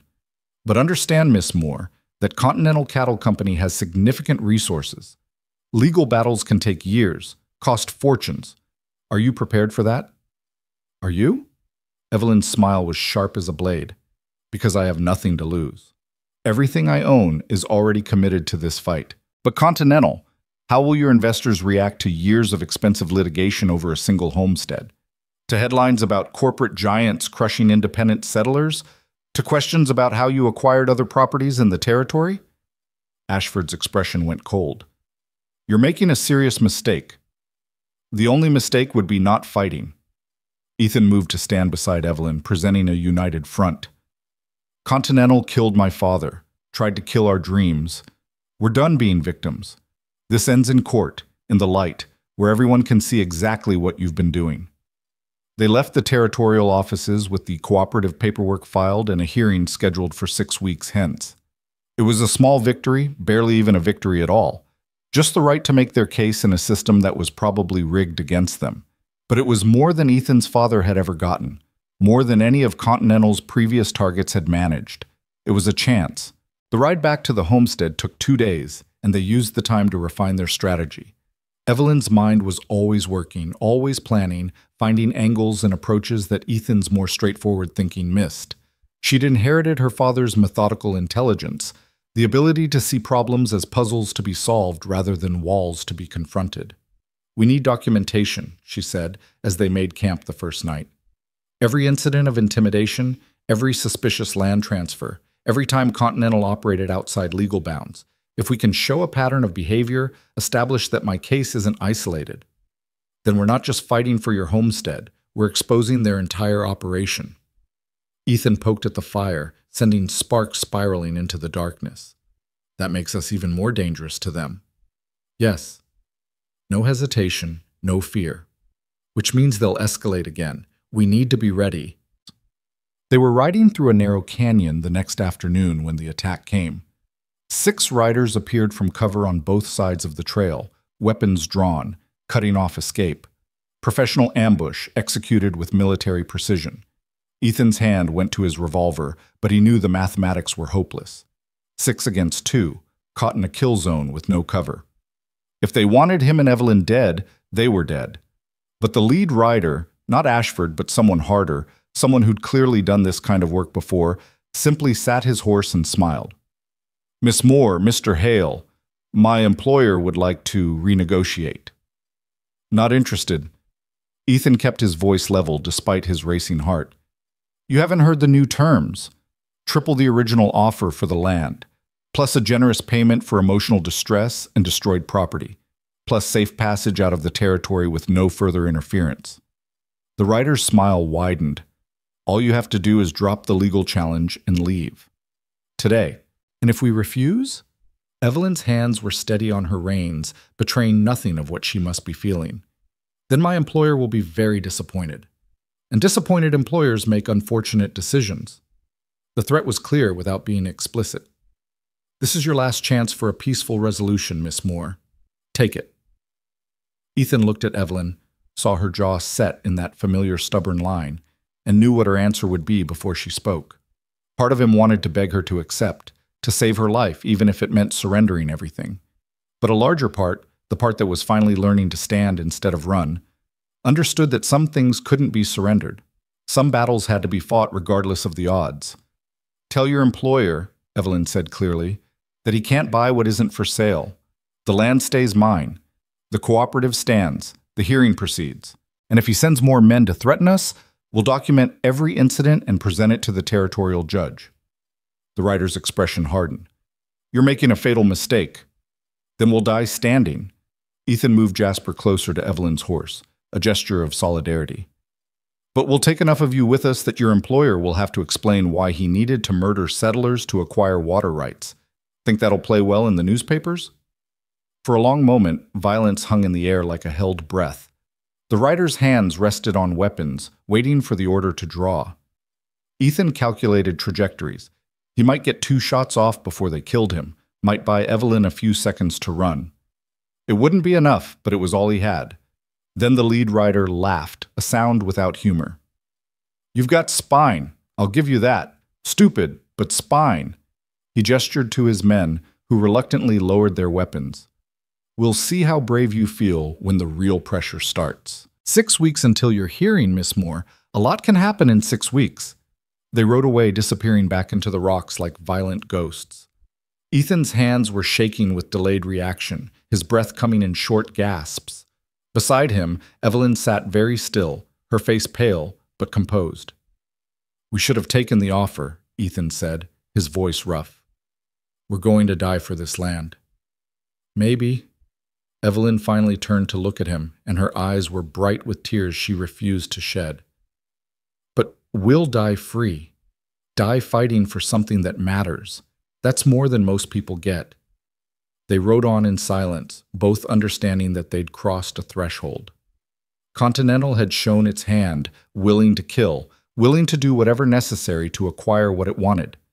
The next 6 weeks would be a countdown to violence, each day bringing them closer to a confrontation that at least one of them probably wouldn't survive. When they reached the homestead 2 days later, they found their coalition waiting.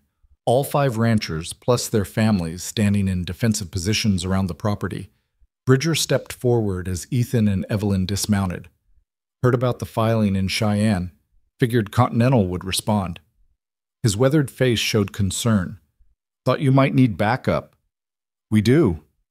Ethan felt something warm and unexpected in his chest. "Thank you." "We stand together or hang separately?" Margaret Chen's voice was matter-of-fact. "That's how it works out here." Over the next weeks, they transformed the homestead into something defensible. Sentries were posted in shifts, the buildings were fortified, supplies were stockpiled. Word spread through the territory about the cooperative's legal challenge, and slowly, more people joined, not openly, afraid of Continental's retaliation, but in quiet ways. Information about other suspicious land deals, testimony about intimidation, documentation of the pattern. Evelyn had known must exist. 3 weeks before the hearing, Continental tried a different approach.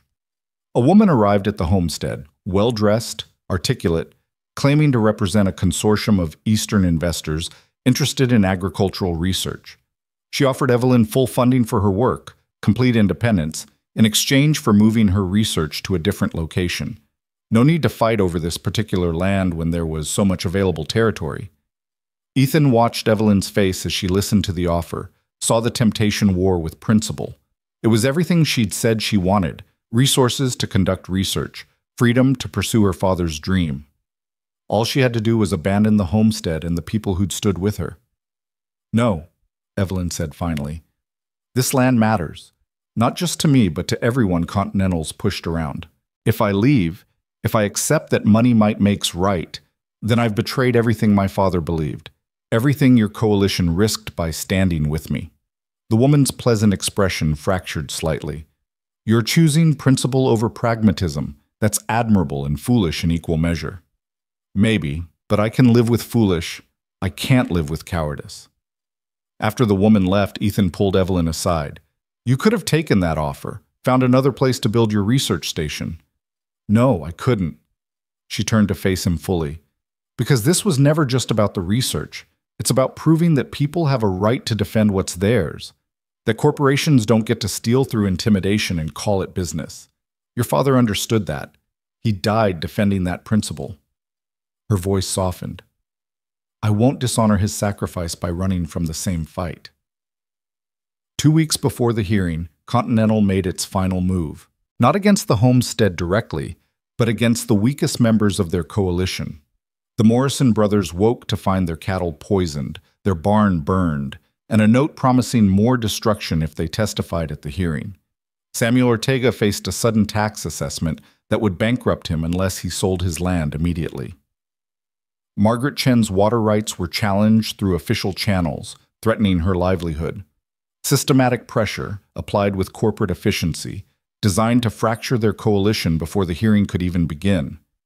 Ethan and Evelyn rode through a circuit of visits, shoring up resolve, providing what help they could. But resources were thin, and Continentals were seemingly endless. One by one, their allies began to waver. Not because they weren't brave, but because bravery didn't feed families or pay off debts. 5 days before the hearing, Thomas Bridger appeared at the homestead with news that made Ethan's blood run cold. Continentals bringing in professional guns. 20 men, all with reputations for violence. They're not planning to wait for the hearing. They're going to hit us first, break the coalition, make the legal challenge irrelevant. When? Ethan's hand went to his rifle. Soon. Maybe days. The talk in Cheyenne is that Continental's board of directors issued an ultimatum: end this challenge by any means necessary before it becomes a precedent other territories could follow. That night, Ethan stood watch on the homestead's eastern ridge, rifle across his lap, staring into darkness that could hide any number of threats. Evelyn found him there just after midnight, wrapping a blanket around her shoulders against the cold. "Can't sleep?" she asked, settling beside him. "Can't stop thinking about my father. About the night he died." Ethan's voice was distant. He stood on that porch knowing he'd probably die. Stood there anyway because he believed the land was worth defending. "I thought he was a fool. And now? Now I understand. Some things you can't run from. Some things you have to face, even when the odds are impossible." He turned to look at her, this woman who'd traveled across the country chasing her father's dream, who'd stood up to threats that would have broken stronger people. "I love you, Evelyn. Whatever happens in the next few days, I need you to know that. You gave me something I thought I'd lost forever, a reason to stand and fight instead of running away." "I love you too." She leaned against his shoulder, and they sat together in the darkness, two people facing impossible odds with nothing but stubborn hope and each other. "We're going to lose, aren't we? The hearing, the fight, everything." "Probably." Ethan wouldn't lie to her, wouldn't offer false comfort. "Continental has more money, more men, more power. We're just a handful of homesteaders with principle and not much else. Then we make our stand anyway. Make it mean something." Evelyn's voice strengthened. "Even if we lose, even if they kill us, we'll have fought. We'll have shown that some people won't be bought or intimidated. That has to count for something." It counts for everything. Ethan kissed her, tasting salt and determination. Your father would be proud. Mine too. They sat together watching stars wheel overhead, knowing that violence was coming, knowing they were likely facing their last days, but refusing to let fear dictate action. They'd found each other on this harsh land, had built something precious from grief and hope and stubborn determination. Whether they survived the coming storm didn't change the truth of what they'd created. Dawn broke cold and clear, painting the valley in shades of gold that made even the burned barn beautiful. Somewhere to the east, Continental's hired guns were riding toward them. Somewhere in Cheyenne, lawyers were preparing arguments that would determine who owned the right to dream. Somewhere beyond the horizon, the future waited, uncertain, dangerous, precious. But here, now, on this homestead, where so much had been lost and so much found, Ethan Hale stood his ground. He'd stopped running. He'd found his reason to fight, and beside him stood a woman who'd looked at his failure and seen foundation, who'd taken his family's graves and planted seeds of hope. Whatever came next, they would face it together. Standing on ground that mattered, defending dreams that were worth the price, refusing to let fear or force or corporate power dictate who got to build a future in this harsh and beautiful land. The wind carried the scent of sage and possibility, and for the first time in 6 years, Ethan Hale felt like he was finally home. The attack came 3 days before the scheduled hearing, just as the sun dipped below the western ridge and shadows stretched long across the valley. Ethan was checking the livestock in the eastern pasture when he heard the first gunshot, a sharp crack that sent birds exploding from the cottonwoods in panicked flight. He was running before the echo faded, rifle in hand, his heart hammering against his ribs. The homestead appeared through the gathering dusk, figures on horseback circling the buildings, muzzle flashes bright in the dimness. More shots, the sound of breaking glass, someone screaming. 20 riders, just as Bridger had warned, professional and ruthless. But Continental had made one critical miscalculation. They'd assumed their targets would be isolated, vulnerable, easy to crush. Instead, they found the coalition waiting. All 5 ranching families had gathered at the homestead that morning, understanding that the attack was inevitable, and choosing to face it together rather than being picked off one by one. Ethan reached the barn to find Thomas Bridger and Samuel Ortega firing from the loft, their shots disciplined and measured. Margaret Chen was at the house window, reloading with practiced efficiency between volleys. The Morrison brothers held the well housing, providing crossfire that kept the attackers from getting close to the main buildings. "About time!" Bridger shouted down at Ethan. "They hit us 10 minutes ago. Tried to burn the house, but Evelyn put it out." "Where is she?" Panic edged Ethan's voice. "Root cellar, with the other women and children. Safe for now." Bridger fired again, and one of the attackers clutched his shoulder, wheeling his horse away. "But we can't hold this forever. They're professionals. We're just—" His words were cut off by a new sound. Hoofbeats approaching from the south, many of them, moving fast. Ethan's stomach dropped. Reinforcements for Continental. This was over. They'd made their stand and it hadn't been enough. But then he saw the riders crest the southern ridge, and his breath caught in disbelief. At least 30 of them, ranchers and homesteaders from across the territory, men and women who'd heard about the cooperative's legal challenge and decided that silence was the same as complicity. They swept down into the valley like a cavalry charge, rifles raised, their arrival so unexpected that Continental's hired guns froze in confusion. The lead rider was a massive man Ethan recognized, Carl Hendricks, who ran cattle 50 miles northeast and had a reputation for absolute honesty and absolute stubbornness. "Figured you could use some help," Hendricks bellowed, firing a shot that went nowhere near anyone but made his intentions clear. Territory's tired of Continental pushing people around. The mathematics of the fight shifted dramatically. What had been 20 against 11 suddenly became 20 against 40 plus. Continental's hired guns were professionals, but professionals understood when odds turned impossible. Their leader, the same man who'd ambushed Ethan and Evelyn weeks earlier, assessed the situation with cold calculation and made the only sensible choice. "Pull back," he shouted to his men. "This isn't worth dying for." They retreated in good order, professional to the last, disappearing into the gathering darkness. The newcomers pursued them to the valley's edge, then stopped, content to ensure they were truly leaving rather than seeking additional violence. Ethan ran to the root cellar, pulling open the heavy door with hands that shook. Evelyn emerged first, soot-streaked and fierce, a shovel clutched in her hands like a weapon. When she saw him alive and whole, something in her expression broke, and she threw herself into his arms with enough force to stagger him. "I thought, when I heard the shots..." Her voice was muffled against his chest. "I'm fine. Oh, we're fine. Everyone's..." He looked around frantically, doing a quick count of the coalition members who'd stood with them. The Morrison brothers both accounted for, Margaret Chen emerging from the house, Ortega climbing down from the barn. Bridger. "Where's Tom?" Ethan's voice sharpened with fear.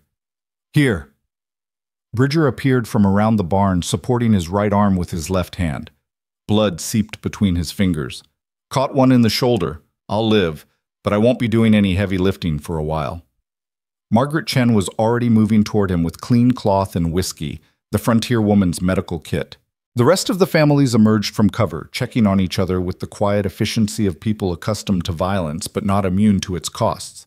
Miraculously, Bridger was the only serious injury.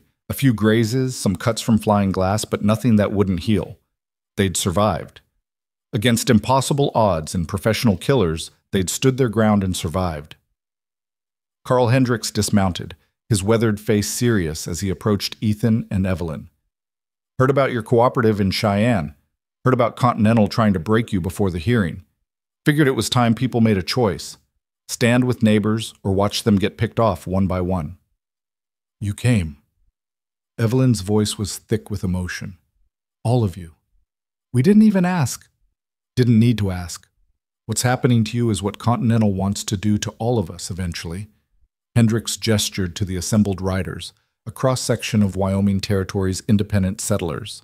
"They think money and violence can control who gets to live here, who gets to thrive. Time, someone showed them they're wrong." That night, the homestead blazed with firelight, and voices as 40-plus people gathered in solidarity. They shared food, tended wounds, and made plans.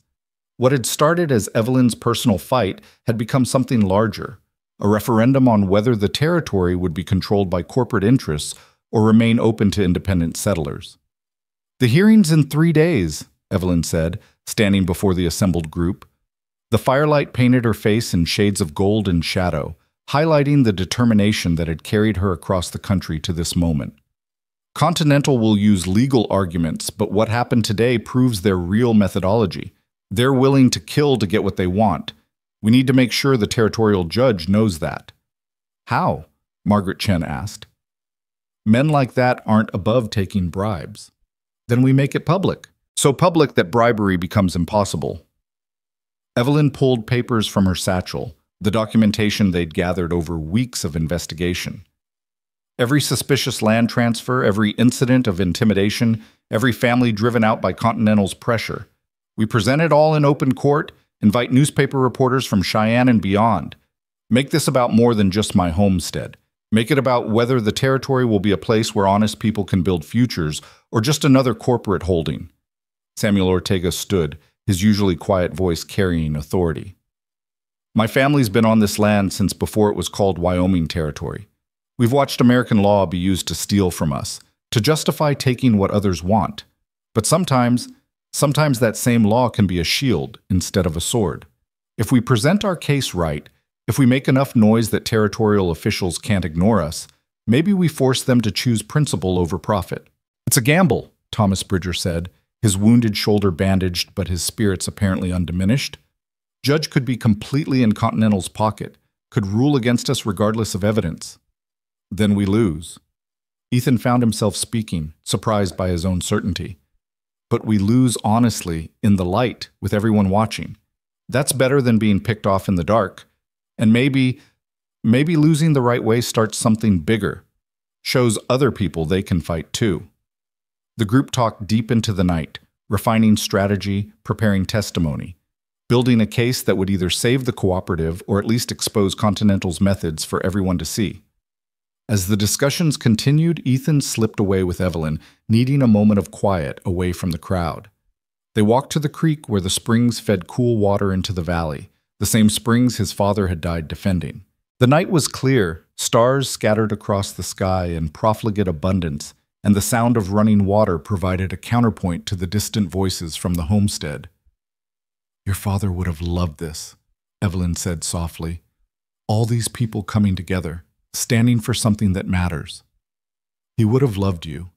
Ethan took her hand, lacing his fingers through hers. "You're everything he believed in: determination, hope, refusal to quit even when the odds are impossible." "I'm terrified." The admission seemed to cost her something. "What if we lose? What if the hearing goes against us and Continental takes everything? What if all these people stood with us for nothing?" "Then we lose knowing we fought as hard as we could, that we didn't surrender, didn't let fear dictate our choices." Ethan turned her to face him, cupping her face in his hands. 3 months ago, I was just drifting, no purpose, no hope, convinced that attachment only led to loss. You changed that. You showed me that some things are worth the risk of loss, that standing and fighting beats running and surviving. Even if fighting costs us everything, especially then. He kissed her gently, tasting salt and smoke. "I love you, Evelyn Moore. Whatever happens in 3 days, whatever the judge decides, that doesn't change. We built something here, not just your research or the cooperative, but us, that survives regardless of who owns the land title." They stood together in the darkness, drawing strength from each other, and gradually made their way back to the homestead where the coalition was still planning, still hoping, still refusing to accept that corporate power was the final word on who got to dream. The 3 days before the hearing passed in a blur of preparation and nervous energy. The coalition members returned to their own ranches, not wanting to give Continental targets to strike before the legal confrontation. Ethan and Evelyn remained at the homestead with a rotating guard, making final preparations for the case that would determine everything. On the morning of the hearing, they rode to Cheyenne with an escort of 20 armed settlers, not looking for violence but making it clear they wouldn't be easy victims if Continental tried anything desperate. The territorial courthouse was a substantial brick building, built to project authority in a landscape that recognized only power. The courtroom was packed. Word had spread about the hearing, and people filled every available seat: ranchers, miners, businessmen, journalists from 3 different newspapers. Even the territorial governor was present, his face carefully neutral, but his presence suggesting this case had become too visible to ignore. Continental Cattle Company's legal team occupied one table, 4 lawyers in expensive suits radiating confidence and competence. Richard Ashford sat with them, his expression coldly professional. At the other table, Evelyn and Ethan sat with a single attorney they'd managed to hire, an aging lawyer named William Cross, who'd agreed to take their case because he'd watched Continental operate for years and thought someone should finally challenge them. The judge was Henry Morrison, a man in his 60s with a reputation for strictness and an uncertain relationship with corruption. He could go either way, Ethan knew. The entire case balanced on whether Morrison valued law more than the money Continental almost certainly offered him. "This hearing," Judge Morrison began, his voice carrying through the crowded courtroom, "concerns ownership of a homestead property in the Northern Territory currently held by Miss Evelyn Moore. Continental Cattle Company disputes her title, claiming the original land seizure was invalid. We're here to determine the facts and render judgment." He looked at Continental's lead attorney. "Present your case." What followed was 2 hours of legal argument that made Ethan's head spin. Continental's lawyers presented documents, cited precedents, argued with polished efficiency that Jacob Hale's debts had been improperly handled and the territorial sale to Evelyn therefore invalid. Their case was technically sound, professionally presented, and probably rehearsed for days. But when William Cross stood to present their defense, he did something Continental hadn't anticipated. Instead of arguing technical legal points, he called witnesses. Thomas Bridger testified first, his wounded arm in a sling, describing years of Continental pressure. Margaret Chen followed, detailing how her late husband had been driven to an early grave by stress from corporate intimidation. Samuel Ortega spoke about his family's history and the pattern of land theft disguised as legal proceedings. One by one, the coalition members told their stories, painting a picture of systematic corporate abuse that went far beyond a single disputed homestead. Then Evelyn took the stand, and the courtroom went completely silent. "I'm an agricultural researcher," she began, her voice steady despite the dozens of eyes fixed on her. My father spent 20 years developing methods to make frontier farming sustainable and independent. He died believing corporations wanted to suppress his work because it threatened their control of settlers. I came to Wyoming to prove him right or wrong. She gestured to the documents Cross had entered as evidence. What I found was systematic effort by Continental Cattle Company to control water rights, manipulate land sales, and eliminate independent operators. They didn't just dispute my ownership. They burned my barn, killed my livestock, hired armed men to murder me, and everyone who stood with me. Continental's lead attorney shot to his feet. "Objection! These are baseless accusations without evidence?" Cross interrupted smoothly. "I have testimony from 20 witnesses who fought off Continental's hired guns 3 nights ago. I have documentation of every suspicious land transfer in the past 3 years. I have proof that this case isn't about legal technicalities. It's about whether corporations can buy and steal their way to monopoly control." Judge Morrison's expression had shifted from neutral to something harder, more engaged. "Continue, Miss Moore." "Your Honor, my father believed that knowledge should be shared, that settlers should have access to methods that help them survive without corporate dependence, that threatens Continental's business model. So they've tried to drive me out through intimidation, destroy my research through arson, and now steal my land through legal manipulation." Evelyn's voice strengthened. "But they miscalculated. They thought I was alone. They didn't expect an entire territory full of people tired of being pushed around." The hearing stretched into the afternoon as Cross systematically dismantled Continental's claims while building a counter-narrative about corporate corruption. The journalists in attendance scribbled furiously, recognizing a story that would resonate far beyond Wyoming territory. This wasn't just about one homestead. It was about whether frontier law would serve justice or money. Finally, Judge Morrison called for closing arguments. Continental's lawyers maintained their technical case with icy professionalism. Cross responded with passion that seemed to fill the courtroom, painting a choice between law as shield for the powerless versus law as weapon for the powerful. "Your Honor," Cross concluded, "this case will define what Wyoming territory becomes. If you rule for Continental, you tell every settler that property rights exist only until corporations want what they own. If you rule for Miss Moore, you affirm that law protects everyone equally, regardless of wealth or influence. The choice is yours. Choose wisely." Judge Morrison was silent for a long moment, his weathered face unreadable. Then he spoke words that would echo through the territory for years to come. "I've reviewed the evidence presented by both parties. Continental Cattle Company's technical arguments have merit. There are legitimate questions about the original land seizure process. However," he paused, his eyes moving across the packed courtroom, "I cannot ignore the broader context presented by the defense. The pattern of behavior, the documented intimidation, the systematic effort to control resources through means that, while technically legal, often violate the spirit of frontier law." Ethan's heart was hammering so hard he could barely hear the judge's next words. "Furthermore, I find Miss Moore's purchase of the property was conducted in good faith through proper territorial channels. Whatever irregularities occurred in the original seizure, she cannot be held responsible for them. Therefore, I rule that Miss Moore's title to the disputed property is valid and will remain unchallenged." Morrison's gaze fixed on Continental's table. "Additionally, I'm ordering a territorial investigation into Continental Cattle Company's land acquisition practices over the past 5 years. If evidence of illegal activity is found, appropriate charges will be filed." The courtroom erupted. Cheers from the settlers, angry protests from Continental's representatives, journalists rushing for the doors to file their stories. Ethan pulled Evelyn into his arms, feeling her shake with relief and triumph and exhaustion. They'd won.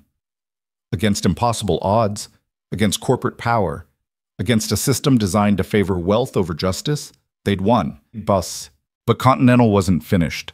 As they left the courthouse, Richard Ashford intercepted them on the steps, his face a mask of cold fury. "Enjoy your victory, Miss Moore. It won't last. Continental has resources you can't imagine. We'll tie you up in appeals for years, make your life so expensive and complicated that you'll eventually wish you'd taken our original offer." "Maybe." Evelyn met his anger with calm certainty. "But every day I hold that land is another day settlers see that corporations aren't invincible, Every appeal you file is another newspaper story about your methods. You can fight me, Mr. Ashford, but you can't fight what I represent. The idea that honest people have a right to build futures without corporate permission." Ashford's jaw tightened, but he had no response. Because she was right, and they both knew it. The hearing had exposed Continental's practices to public scrutiny. The territorial investigation would uncover things they'd rather keep hidden. The newspaper stories spreading across the country would make their investors nervous and their board of directors angry. They'd won the battle. What happened next would determine if they won the war. Over the following weeks, change rippled through Wyoming territory like wind through grass.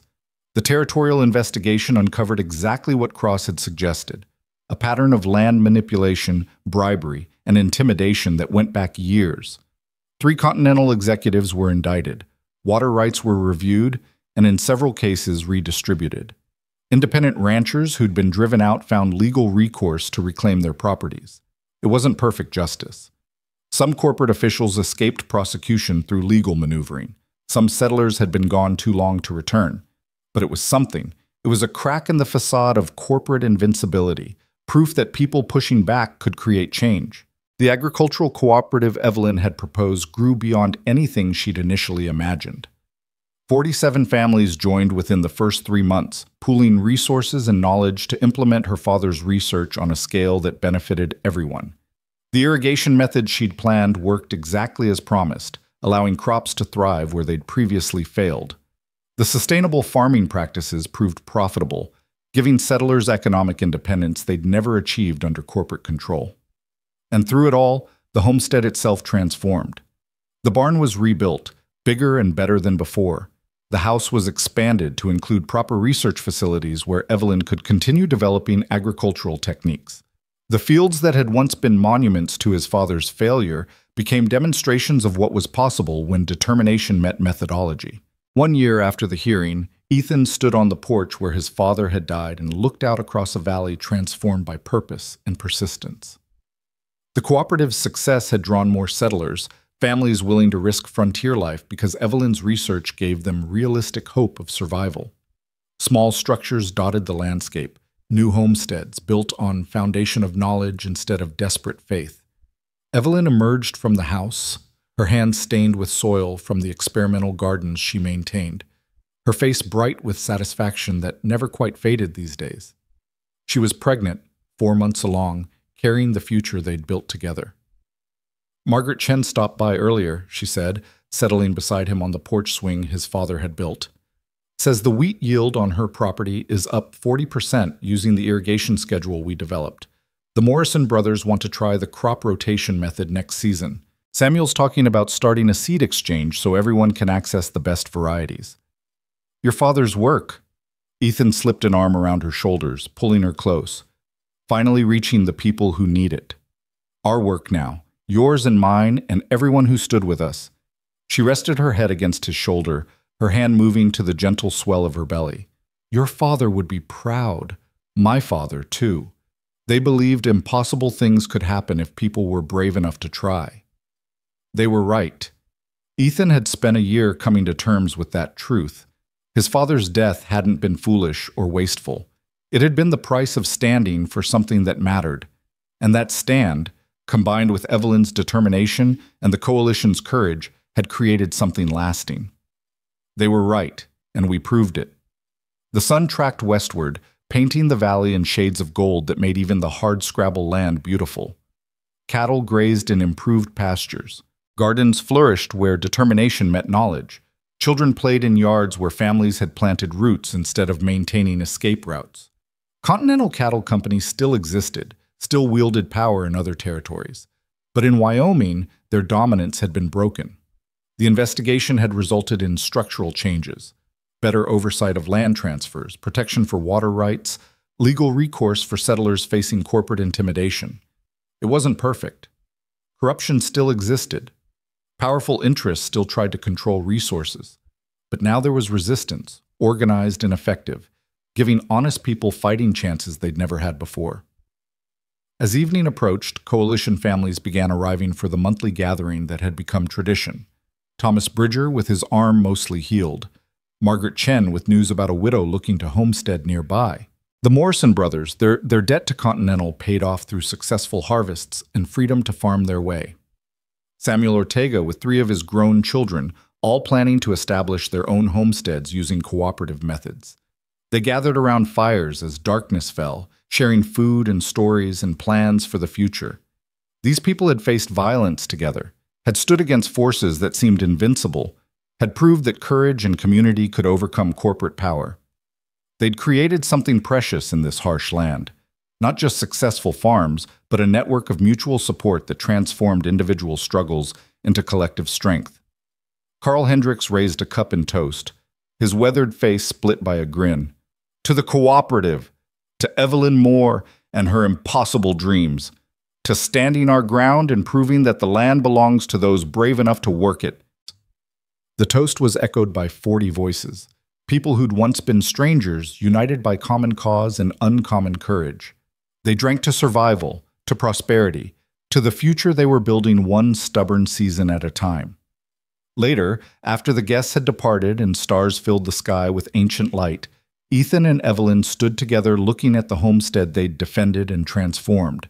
The buildings were solid now, improved through cooperative labor and shared resources. The fields were planned for spring planting, using methods that balanced productivity with sustainability. The springs his father had died defending now irrigated multiple properties, their water shared through agreements that benefited everyone. "Do you ever wonder what would have happened if I'd actually been just passing through?" Evelyn asked quietly. "If you'd refused to guide me, if we'd taken Continental's offers and walked away." "We'd have survived," Ethan said honestly. "Found other places, other dreams. But we wouldn't have this." He gestured to the valley, to the life they'd built, to the future, taking root and ground once soaked with blood and failure. "We wouldn't have proved that standing your ground matters, that some things are worth fighting for regardless of cost. Your father knew that. My father died believing it. We lived proving it." Ethan turned to face her fully, his hands finding hers in the darkness. "You weren't just passing through, Evelyn. Neither was I. We were both looking for home without knowing it, looking for a place where our scars could become foundations instead of just wounds. And we found it," wonder colored her voice. "Against every odd, despite every threat, we found it. The wind carried the scent of growing things, of water, and turned earth and possibility. The same wind that had witnessed his father's death now carried the laughter of children playing on land they'd helped make livable. The same stars that had watched Ethan run from his past now illuminated the future he'd chosen to build. His father's dream hadn't died with him. Evelyn's father's research hadn't been lost. Those dreams had merged, transformed, become something larger than either man could have imagined. A cooperative that proved settlers could thrive independent of corporate control. That knowledge shared was more powerful than knowledge hoarded. That communities built on mutual support could withstand any pressure. "I used to think attachment was dangerous," Ethan said, voicing thoughts he'd carried for 6 years. That loving anything meant setting yourself up for loss. Spent years running from connections, from places, from the possibility of caring enough to be hurt. And now? Now I know that the opposite is true. Not attaching, not caring, not standing for anything. That's what's truly dangerous. That's how you lose yourself piece by piece until there's nothing left but motion, without meaning. He pulled her closer, one hand moving to rest gently on the swell of her belly, where their child grew. "You taught me that. Taught me that some things are worth the risk of loss, worth fighting for even when the odds are impossible." "We taught each other." Evelyn's hand covered his, their child moving beneath their joined palms. "I came here believing in research and methods and my father's theories. But you taught me that knowledge without courage is useless, that dreams require people willing to defend them when force tries to crush them." They stood together in the darkness, two people who'd been lost until they'd found each other, who'd been running until they'd found ground worth standing on. The homestead behind them was more than structures and fields. It was proof that determination and love could transform even the harshest places into something worth calling home. In the distance, a coyote sang to the moon, and the springs continued their eternal flow, feeding crops and dreams with equal generosity. Wyoming territory stretched vast and challenging around them, but no longer felt impossible. They'd broken its worst power, the lie that only corporations and wealthy interests could succeed here, that honest settlers were doomed to fail. They'd proved that courage and community could carve futures from stone, that shared knowledge was stronger than hoarded power, that love planted deep enough could survive even frontier storms. Ethan Hale had stopped running, had finally put down roots in ground watered by his family's sacrifice and Evelyn's determination. Had learned that home wasn't just a place but a choice, the decision to stand and build instead of fleeing and surviving. Evelyn Moore had finished her father's work and created something beyond his imagination, not just research, but a living demonstration that his methods could transform lives and landscapes. She'd proved that Eastern women could not only survive the frontier, but reshape it, that intelligence and determination were the only credentials that mattered. Together, they'd built something that would outlast them both, a cooperative that would continue growing, helping families establish themselves, proving year after year that sustainable prosperity was possible for those willing to work smart and stand together. The child growing inside Evelyn would be born into a different world than either of her parents had known. Not easier, the frontier would always be harsh, but more hopeful.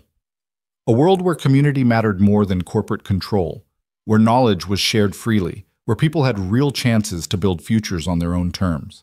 That was the legacy of two fathers who died believing in impossible things, and two children who'd lived proving those beliefs weren't impossible at all. Just difficult, just requiring more courage and determination and stubborn hope than most people possessed. But some people had that courage. Some people refused to quit, despite every reason to surrender. And when those people found each other, found common cause and mutual support, they could transform landscapes and futures. Ethan pulled Evelyn closer, breathing in the scent of her hair mixed with soil and sage, feeling her warmth against the cooling night. They'd survived the fire, survived the threats, survived the legal battles and corporate pressure and every attempt to break their will. More than survived, they'd thrived, had built something beautiful from ashes and blood and impossible dreams. The homestead stood solid behind them, lights glowing warm against the darkness. Inside those walls, research continued. Plans were made. Seeds were cataloged for spring planting. The work that had brought Evelyn across the country continued, amplified by cooperation and shared purpose. And out in the valley, on properties scattered across the territory, families slept secure in the knowledge that they had allies. That if Continental or any other corporate interest tried the same tactics again, a coalition stood ready to resist. That they weren't alone in their struggles, but part of something larger, a network of mutual support that made individual homesteads pieces of a stronger whole. This was what victory looked like. Not perfect, not without scars, but real and lasting and worth every sacrifice that had purchased it. Ethan had thought returning to his family's homestead would destroy him. Instead, it had made him whole, had given him purpose and love and a future he'd stopped believing possible. The land his father died defending had become ground where dreams took root and flourished, where blood spilled in violence had nourished hope instead of feeding despair. "Come inside," Evelyn said softly, tugging his hand. "It's cold, and our child needs rest even if we don't." Ethan let himself be led toward the house his father built and he'd repaired, toward the warmth and light and future waiting inside. He paused at the threshold, looking back one last time at the valley spreading into darkness, at the land that had taken everything and given back more than he'd imagined possible.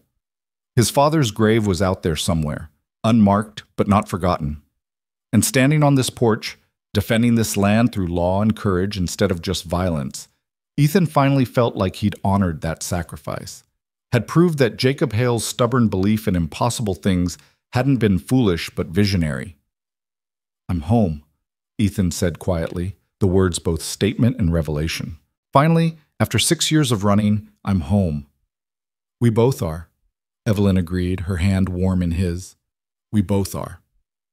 They crossed the threshold together, closing the door against the Wyoming night, secure in the knowledge that they'd found what both had been seeking.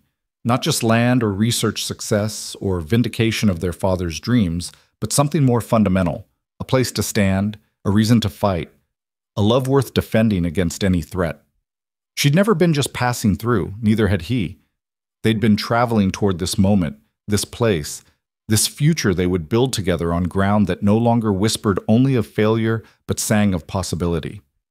The homestead settled into peaceful darkness, solid and secure.